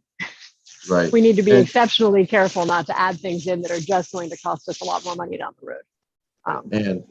And just the regular maintenance, just making sure that we just maintain. You look at Shaw, for example, and it just kind of went down over the years. And once we get it back to life, so to speak, making sure that we are able to maintain that and do maintain that. So right. Well, so I think looking at the staffing requirements to maintain the equipment that we're putting in is another important factor, because what we don't want to do, once again, is put in a bunch of recreational materials that we then don't have the staff to maintain adequately. Yeah. I think, or we need to visualize what that will cost us and build that into the budget. Yeah. Right. Right. I'm not saying it's a bad idea. No, I'm just right, saying, right. No, right. look at all of that beforehand. Yeah. Yeah. And then speaking of some of them, and Adam Winder could probably attest to this, with it's going to be easier to maintain once it's kind of brought up to date, so to speak. Right now they're working with old equipment, they're working with old, whatever the case might be. So it's like they're chasing leaks, they're chasing this, they're chasing that. And so, right, it's once we get it there, keeping it there, but it is easier on them. So we just have to make sure that that we do, we take all of that into consideration and just stay up to date on the regular maintenance issues. So I think, Councilman Banks, if we're keeping track, are we at 3 million or so? Is that what we want to say for recreation, Council President Allison? Or we want to start at 3 million? And John's doing a lot of right now. John is obviously working through some of the cost analysis primarily. So I can obviously keep council abreast on where we stand. I think 3 million to start. Does that sound reasonable for rec? I think that includes everything we talked about. I'm not sure that as we go on, and obviously there's some things we're not going to get to cover tonight that are essential in the economic development area, redevelopment authority, land bank, marketing. If we're going to solve our fiscal problems and get fiscal stability within the city government, we're going to have to experience growth of some nature in different areas. So I think the way things are going tonight, that'll probably be an entire discussion by itself, but I think that's near the top of the list as well. That has to go hand in hand. I think that with infrastructure of the levy are essential things we need to address now. Right, and we'll be bringing, hopefully here the end of October, if not beginning of November, the land bank to council for review, the land bank authority, that legislation. So yes, we can talk about that here at some point. If we're done with rec, I just want to transition to public safety. Sure. So we can talk about that before. And I think also eConsult's input that they've already given us in that area. You know, we need to include that in the mix, and anything else that comes out of the study. Yeah, I've spoken to eConsult. Obviously, everybody has at this point, but we did speak about the land bank authority, the redevelopment authority, and using our blighted property review board that we already have in place. Obviously, well, we have the RDA in place too, but so all of them working in concert with each other, and what that looks like. It's very good. I know I referenced this at our first meeting, but Mayor Lombardo from Pittston is doing a fantastic job there. I know they're smaller, but utilizing their RDA, their land bank, community development, blight board, and just changing the landscape of Pittston. He's done a tremendous job. He and his team actually came here to Williamsport. They met with Austin White and myself to go over best practices, so to speak, with the land bank. We are on the land bank network now. So I just had a first call with the land bank network last week. So anyway, that's a lot of good things happening there. And I really, that's exciting too. Very exciting actually. But if we can go public safety and then come back to, depending on what time we have, Randy. Oh, I don't think we have a time limit tonight, but. Oh, okay, all right. If I just go, yeah. But we realistically have a time limit for reasonable discussion. It doesn't start to get pipes, kind of pipe dreams. I mean, I'm excited. I could talk about this all night if we want. Well, we'll let you have that. Right. I know everybody else does. At your house. Yeah. Randy, I actually think, to your point, we would be wise, and Derek, perhaps this is also true. What I am hearing in the course of this meeting is we need to isolate the areas in which we're planning to expend funding, and then we probably need to sit down and talk about each of them individually. Right. None of these can be skimmed over in a single, not all of these can't be skimmed over in a single meeting. Right. We need to be having these discussions more in depth. And maybe some of that needs to happen offline, just so that we don't bore the heck out of the public. Absolutely.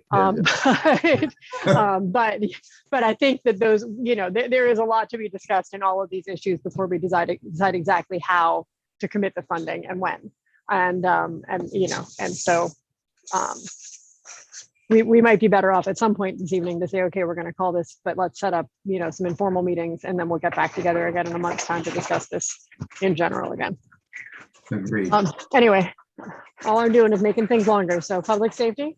Yes. All right. So, as was mentioned earlier by Andy on the Keller team, we have applied for a mental health critical intervention, behavioral health response critical intervention team. That's very, very exciting, actually. That would be sort of a hybrid team that would go out on mental health or behavioral health calls. That's $100,000. The grant we applied for is $100,000 for design. And then Andy, correct me if I'm wrong, 550,000 for implementation, I believe. Yeah, it's actually a little bit more. I think it's 635, so it's 735,000 total. So 100,000, and we have what, a year, I believe, for design and then implementation. Chief Snyder, Assistant Chief Bolt, UPMC, Geisinger, many of our local mental health and behavioral health providers have all signed on to this initiative. It's very, very exciting. Everyone we've reached out to, and again, Chief Snyder and Assistant Chief Bolt have gone around to many of the facilities here in Williamsport and of the providers. They're all on board. I spoke with Geisinger and UPMC. They're on board. They wrote letters of support. So this, we don't know, we applied for it. Do we have a time frame, Andy, on the grant announcement? We don't at this point. It'll be likely within the next 30 to 60 days. So. Yeah, so that's, but outside of, like we are, obviously we're having a rescue plan discussion. So even outside of that, I think that's an initiative that's critical in my mind. So even if we don't, I know Councilman Mackey, this is another one of his initiatives. He's obviously a former law enforcement police officer. And so this is near and dear to his heart as well. He's actually sat down with me and spoke about this. So, which I agree with him. This is very, very, very important, I believe, in the community. So this is one that could be a second tranche, maybe, so to speak, depending on how the grant turns out in the next 30 to 60 days. But again, we've already Chief Snyder and Assistant Chief Bolt have done a lot of the legwork already on the training, who would do what, who would be in what positions for this, and what that would look like in concert with EMS, EMT, and our mental health and behavioral health providers. So that's exciting. That's $700,000 there. That's very, very, very exciting on how we respond to mental health, behavioral health. Chief Snyder, did you want to, on that, anything else you want to add, or Assistant Chief Bolt, or Andy at this point, if they're still there? Maybe. I'm here. Okay. Excuse me.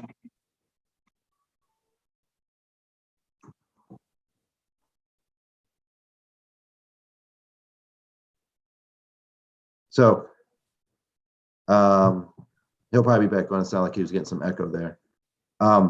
So anyway, that has a number of different components to it, as far as what the response looks like, what the training looks like for our officers, and kind of what the process would be as they go.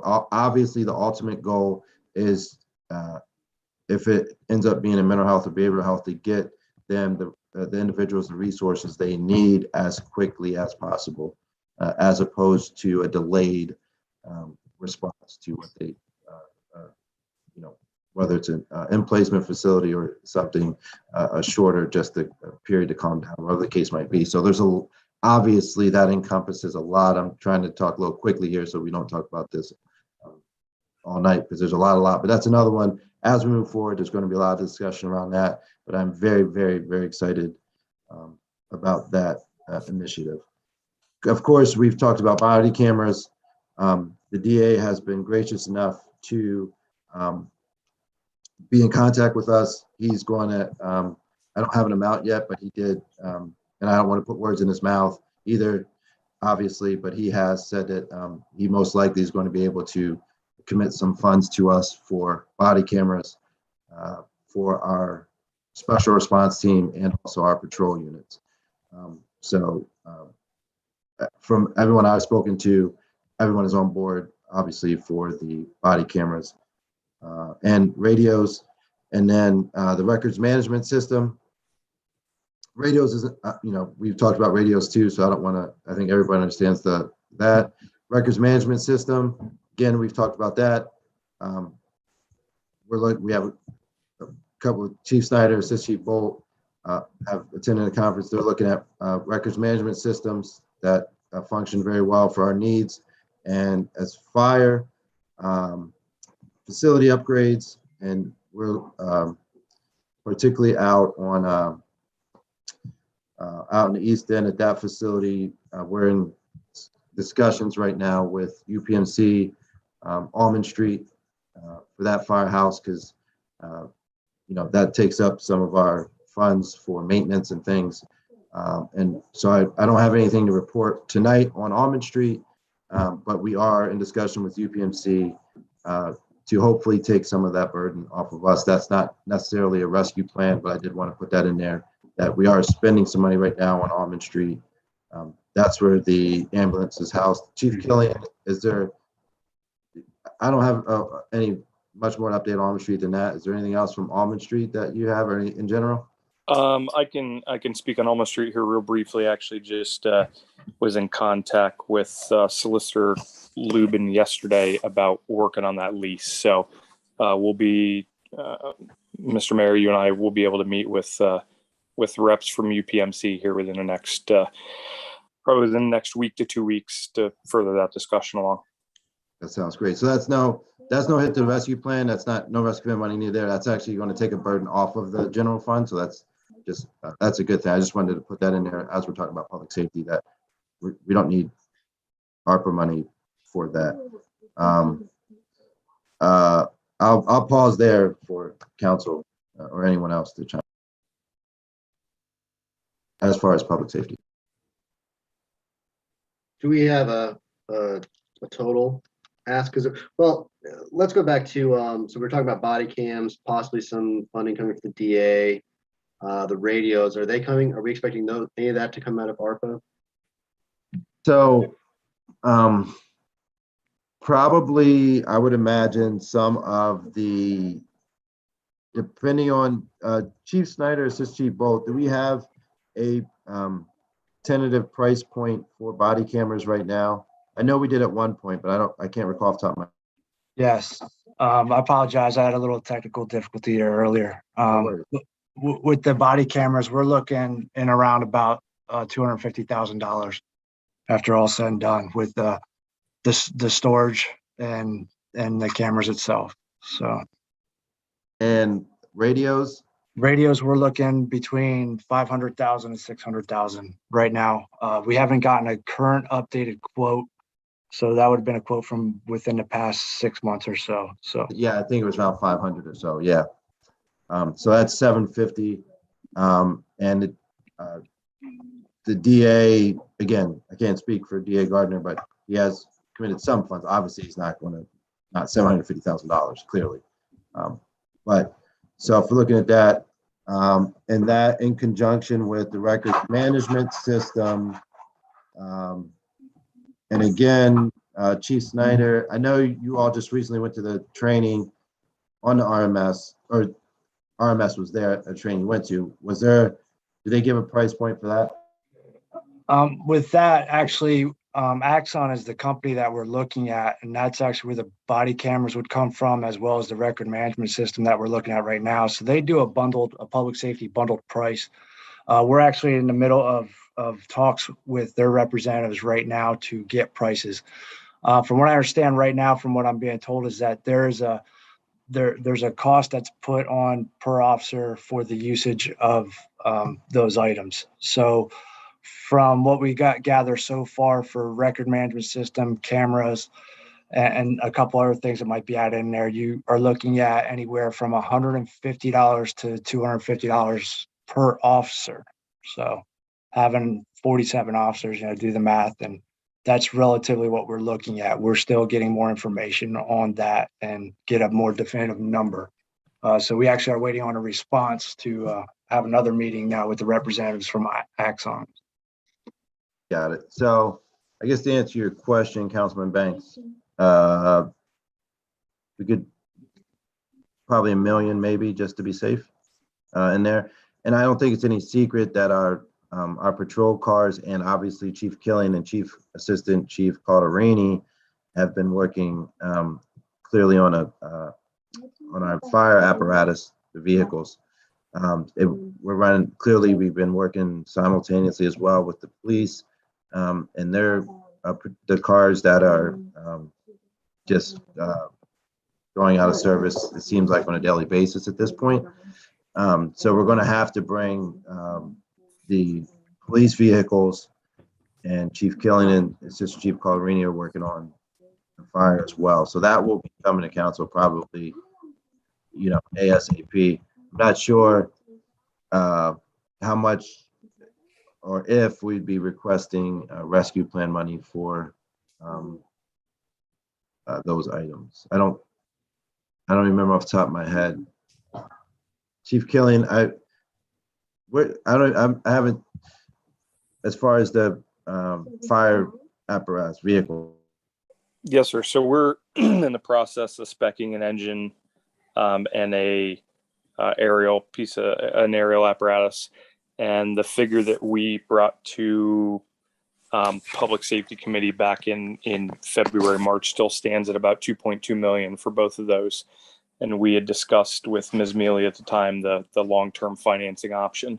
Right. So that information will be coming out with the consult's financial strategic plan as well. I'm not sure, and that might be a question for Mr. Keller or Ms. Baracino to see if from a fire apparatus standpoint, if that's ARPA eligible funds or not, because that was a question that was hanging out there for quite a while.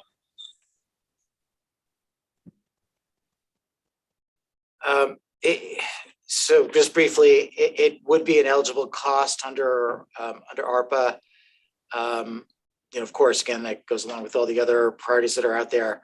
There is a vehicle grant, as you're probably aware, through the Assistance to Firefighters grant program, AFG, within FEMA, but that is a very competitive grant program, and so it really is based on the age of the apparatus and the type of apparatus, and then of course the numbers.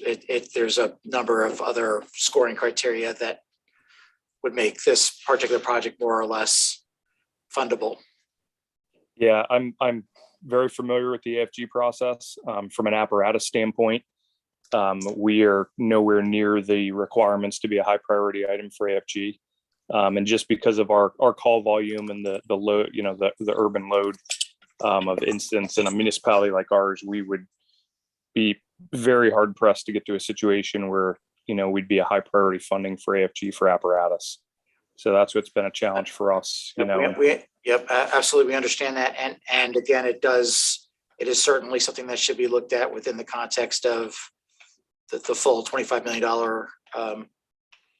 ARPA dollars and how that fits within the city's priorities. So, so we're looking at the lease program for the police vehicles too. I just wanted to put that out there. So the long-term financing for fire, most likely a lease program for police for their vehicles are comprehensive. So I guess as I keep saying tonight, to bring it back onto the ARPA for all of us. At this point, I would say probably $1 million ish for public safety at this point, until we hash out a little more with the vehicles as far as fire and police.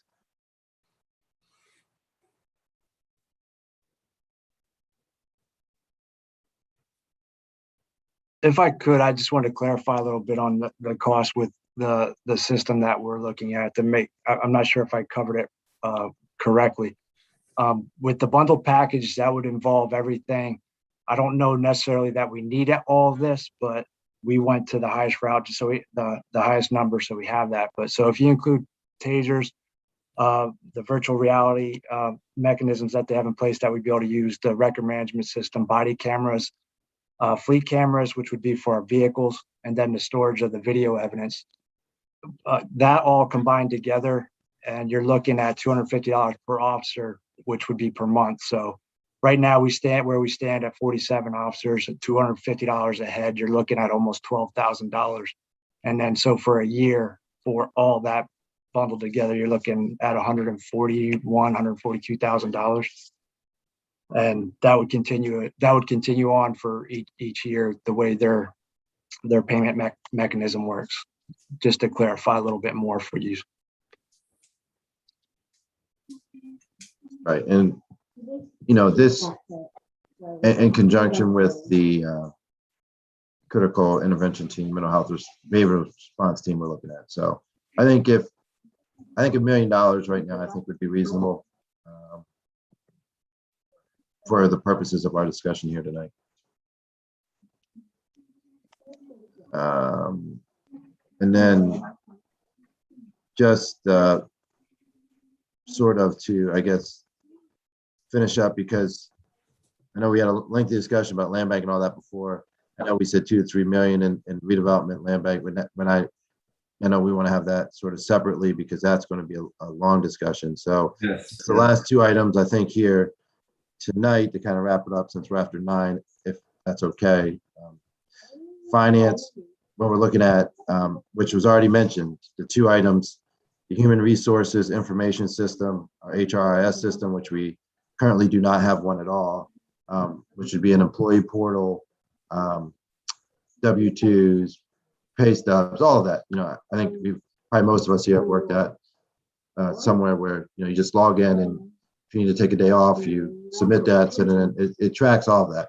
So it'd be good for council, obviously, when we look at overtime, or we look at comp time and all of that, to have this HRIS system. And clearly, it's a lot easier than sending an email with your payroll every 2 weeks, things of that nature, what we're doing currently. So just to literally get us into the 21st century, we've looked at a few different ones. Molly's done a great job with that. And then also at the same time, our financial suite, to get a citywide comprehensive, which I know we've had this conversation, to get all of our departments operating on the same financial system across the board in real time, so that as we transition to digital and everything, in the middle of a council meeting, we could, a lot of times there's reports or something that are asked for, you could pull it up right there in real time. And it would be on our website. So, you're looking at, if you're a citizen or a taxpayer, whatever, you sign on, and you go to the mayor's office, and, if I bought a box of pencils, you could see that. So it's all, our revenues, our expenditures are fully transparent and out there. We've discussed that a while. So our HRIS system, human resources system, financial system, they actually came in a little under what I thought. There's some one-time fees. So for example, the financial suite is about $55,000 of one-time fees, and then it's about $7,600 annually. And the HRIS is about a $14,000 implementation, and about approximately 40,000 or so. So depending on, obviously it would depend on what system we went with, what we ended up bringing to council.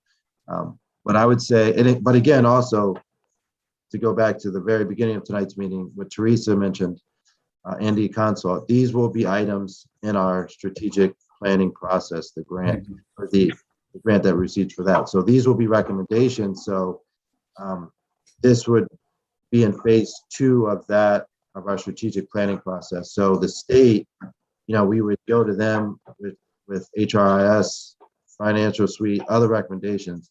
And as a reminder, they would cover 70% of that. So, which again, meeting with the state, with the DCD, with our DCD rep last week, he reiterated that point.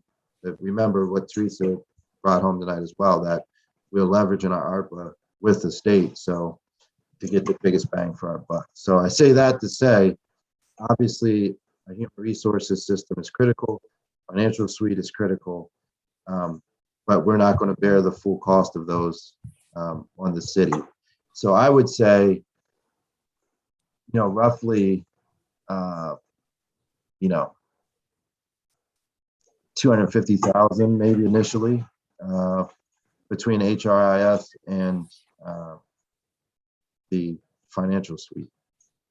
Now, that's subject to change clearly depending on which one we go with and the state's price. So go ahead, Councilman Banks. Does that include any type of training for the staff? Yes, so and Molly is on tonight. She can speak to the well, we can both obviously, but so all the folks we spoke with HRS or the financial suite, so they don't even charge us until we're essentially completely happy and everybody is comfortable with the system. So they come in, they implement, they train, and it's not, you know, they're out in California, like they come and make sure we are comfortable. They do all the implementation. Everyone knows, you know, how to use the system. And Molly, correct me if I'm wrong, but they basically said, like, listen, we're not going to expect you to pay an invoice until it's fully implemented and you're comfortable, you know, with using our system. I mean, obviously, we can't milk that for 10 years, obviously, but meaning like if they come in on, you know, October 1st and say, hey, we're here, they're not going to expect us to pay them on October 15th. That's my point. Being that, Yep, sorry, Molly, go ahead. that's correct. They said that, you know, we have our implementation fee. They will keep working with us until we are satisfied, as long as that takes. They acknowledge that with our city and all of the different departments, we have a lot of different scenarios, different tweaks and different things depending on the department. So they will work with us until we're happy before they move forward with finalizing that and calling it done and then moving into the annual fee process. And that includes all of the quirky sort of scheduling items that we have in the city with fire or police, you know, and all of those. So they can handle all of that, and the payroll, what all that looks like. They have, you know, the processes to handle that. So it would save just an inordinate amount of time. I know Chief Killian, you know, we were recently discussing this at a staff, just the amount of time we spend just going through the paper and pencil items as it relates to just payroll. So this would, a human resources system and a financial system would be just, you know, human capital wise, just an unbelievable time saver. Yes, it would implement across the board. They would make sure we're completely comfortable. To answer your question, Mayor Slaughter, did I miss the yearly cost on the HR? it's a Molly, correct me if I'm wrong. I think I have it right here. It's about I believe it was 45,000 a year. yeah, somewhere around 40, 45, yes. Per year. Yes. Okay. Which essentially would almost pay for itself in the amount of time our employees are spending doing it by hand right now. Thank you. Not literally pay for itself, obviously. We would have to. Right, yeah. But initially, now remember, the state is going to, and the other piece I should say regarding our strategic planning process, there's no limit to the phases. So there's not like 5 phases. We could have phase 1, phase 2, phase 3, phase 4. You know, we can continue to implement in perpetuity, basically, because there's no, once the state comes in and eConsult does their thing and give us our recommendations, we can continue this on for as long as we need to continue to implement items. So I just want to throw that out there too. There's no like hard cutoff for that. Thank you. Yeah. So I think on,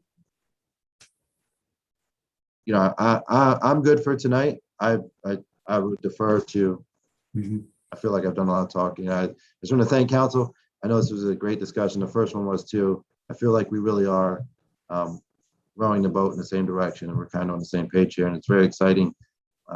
and we can have discussions and start to bring some of these items to council as far as, especially like the pool, which we could get buttoned up here literally and figuratively before the winter.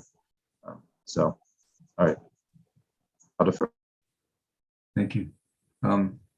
Anything from council? The only thing, can I put something out there, Randy? Quick? Yes, absolutely. Yeah.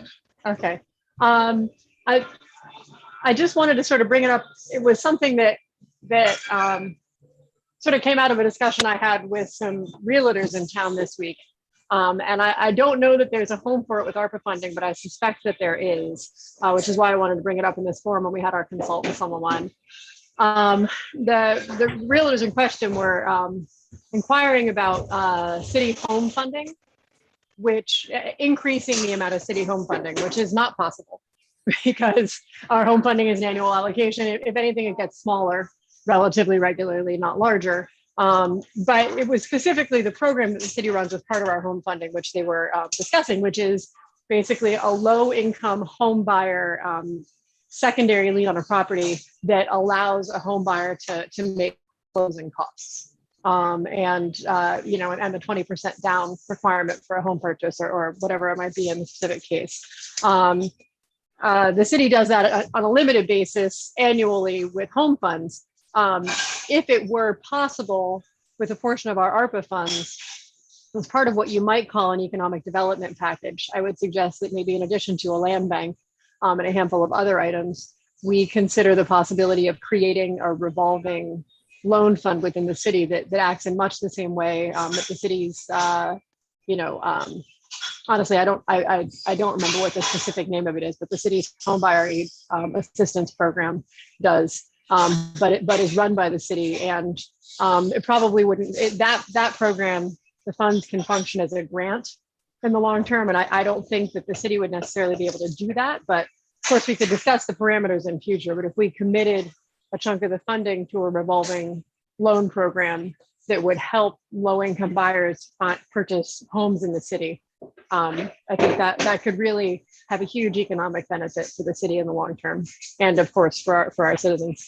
So I that's not a very firmly fleshed out concept, but I would ask, well, for the administration, Derek, specifically your feedback on it, also for our consultants' feedback as to whether that might fit under one of the parameters of the ARPA funding. So yeah, we just from a home perspective, we have right now around 1.4 million, I believe, 1.4 million in our home funds.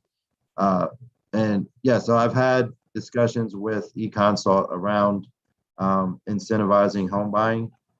This would, because, so correct me, consultants can correct if I'm wrong, but I do believe this qualifies for ARPA because low income housing and needs do qualify. So yeah, I am in favor of such a program and incentivizing in general. I think we talked the first time about even working, potentially partnering, as eConsult said earlier, with maybe like some of the employers in town, UPMC or the school district or like the colleges or whomever, to incentivize living in the city as well, or purchasing in the city. So yes, I would be on board, Councilwoman Mealy, to look into this further and how such a program might function. Great, Derek, thanks. Yeah, I just, I wanted to put it on the radar for future discussions while I was thinking about it, because otherwise it's likely to slip my mind. And I would be remiss if I didn't credit the Realtors Association with the beginning of that idea. I'm pretty certain that eConsult has extensive knowledge in this area. I've spoken with them about this before, so I will defer to them.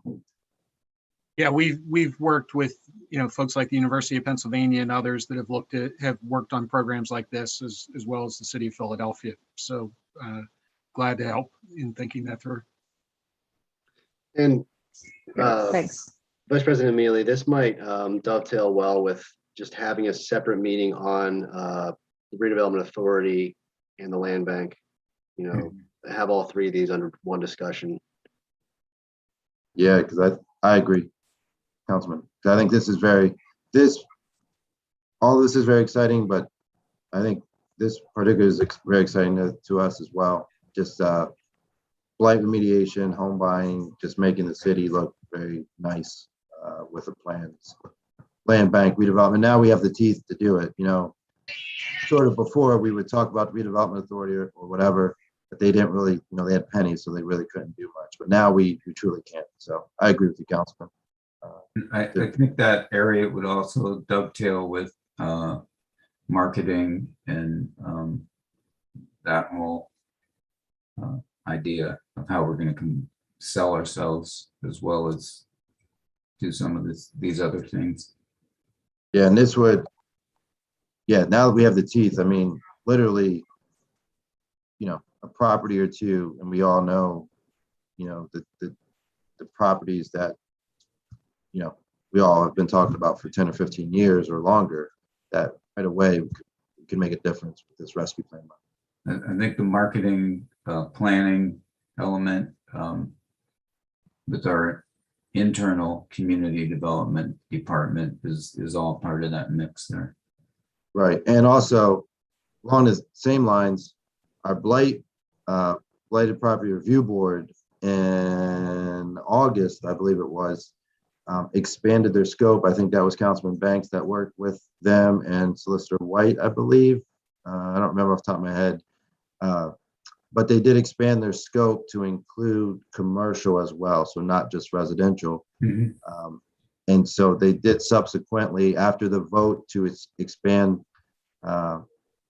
their jurisdiction, so to speak, beyond residential to include commercial, then they subsequently did identify, I believe, 8 commercial properties as blighted. So we do have teeth now to include commercial properties, not just residential. So that's a good thing in the sense, obviously, we hope it incentivizes both Mm-hmm. residential and commercial folks to keep their properties not vacant and, you know, up to code and all of that.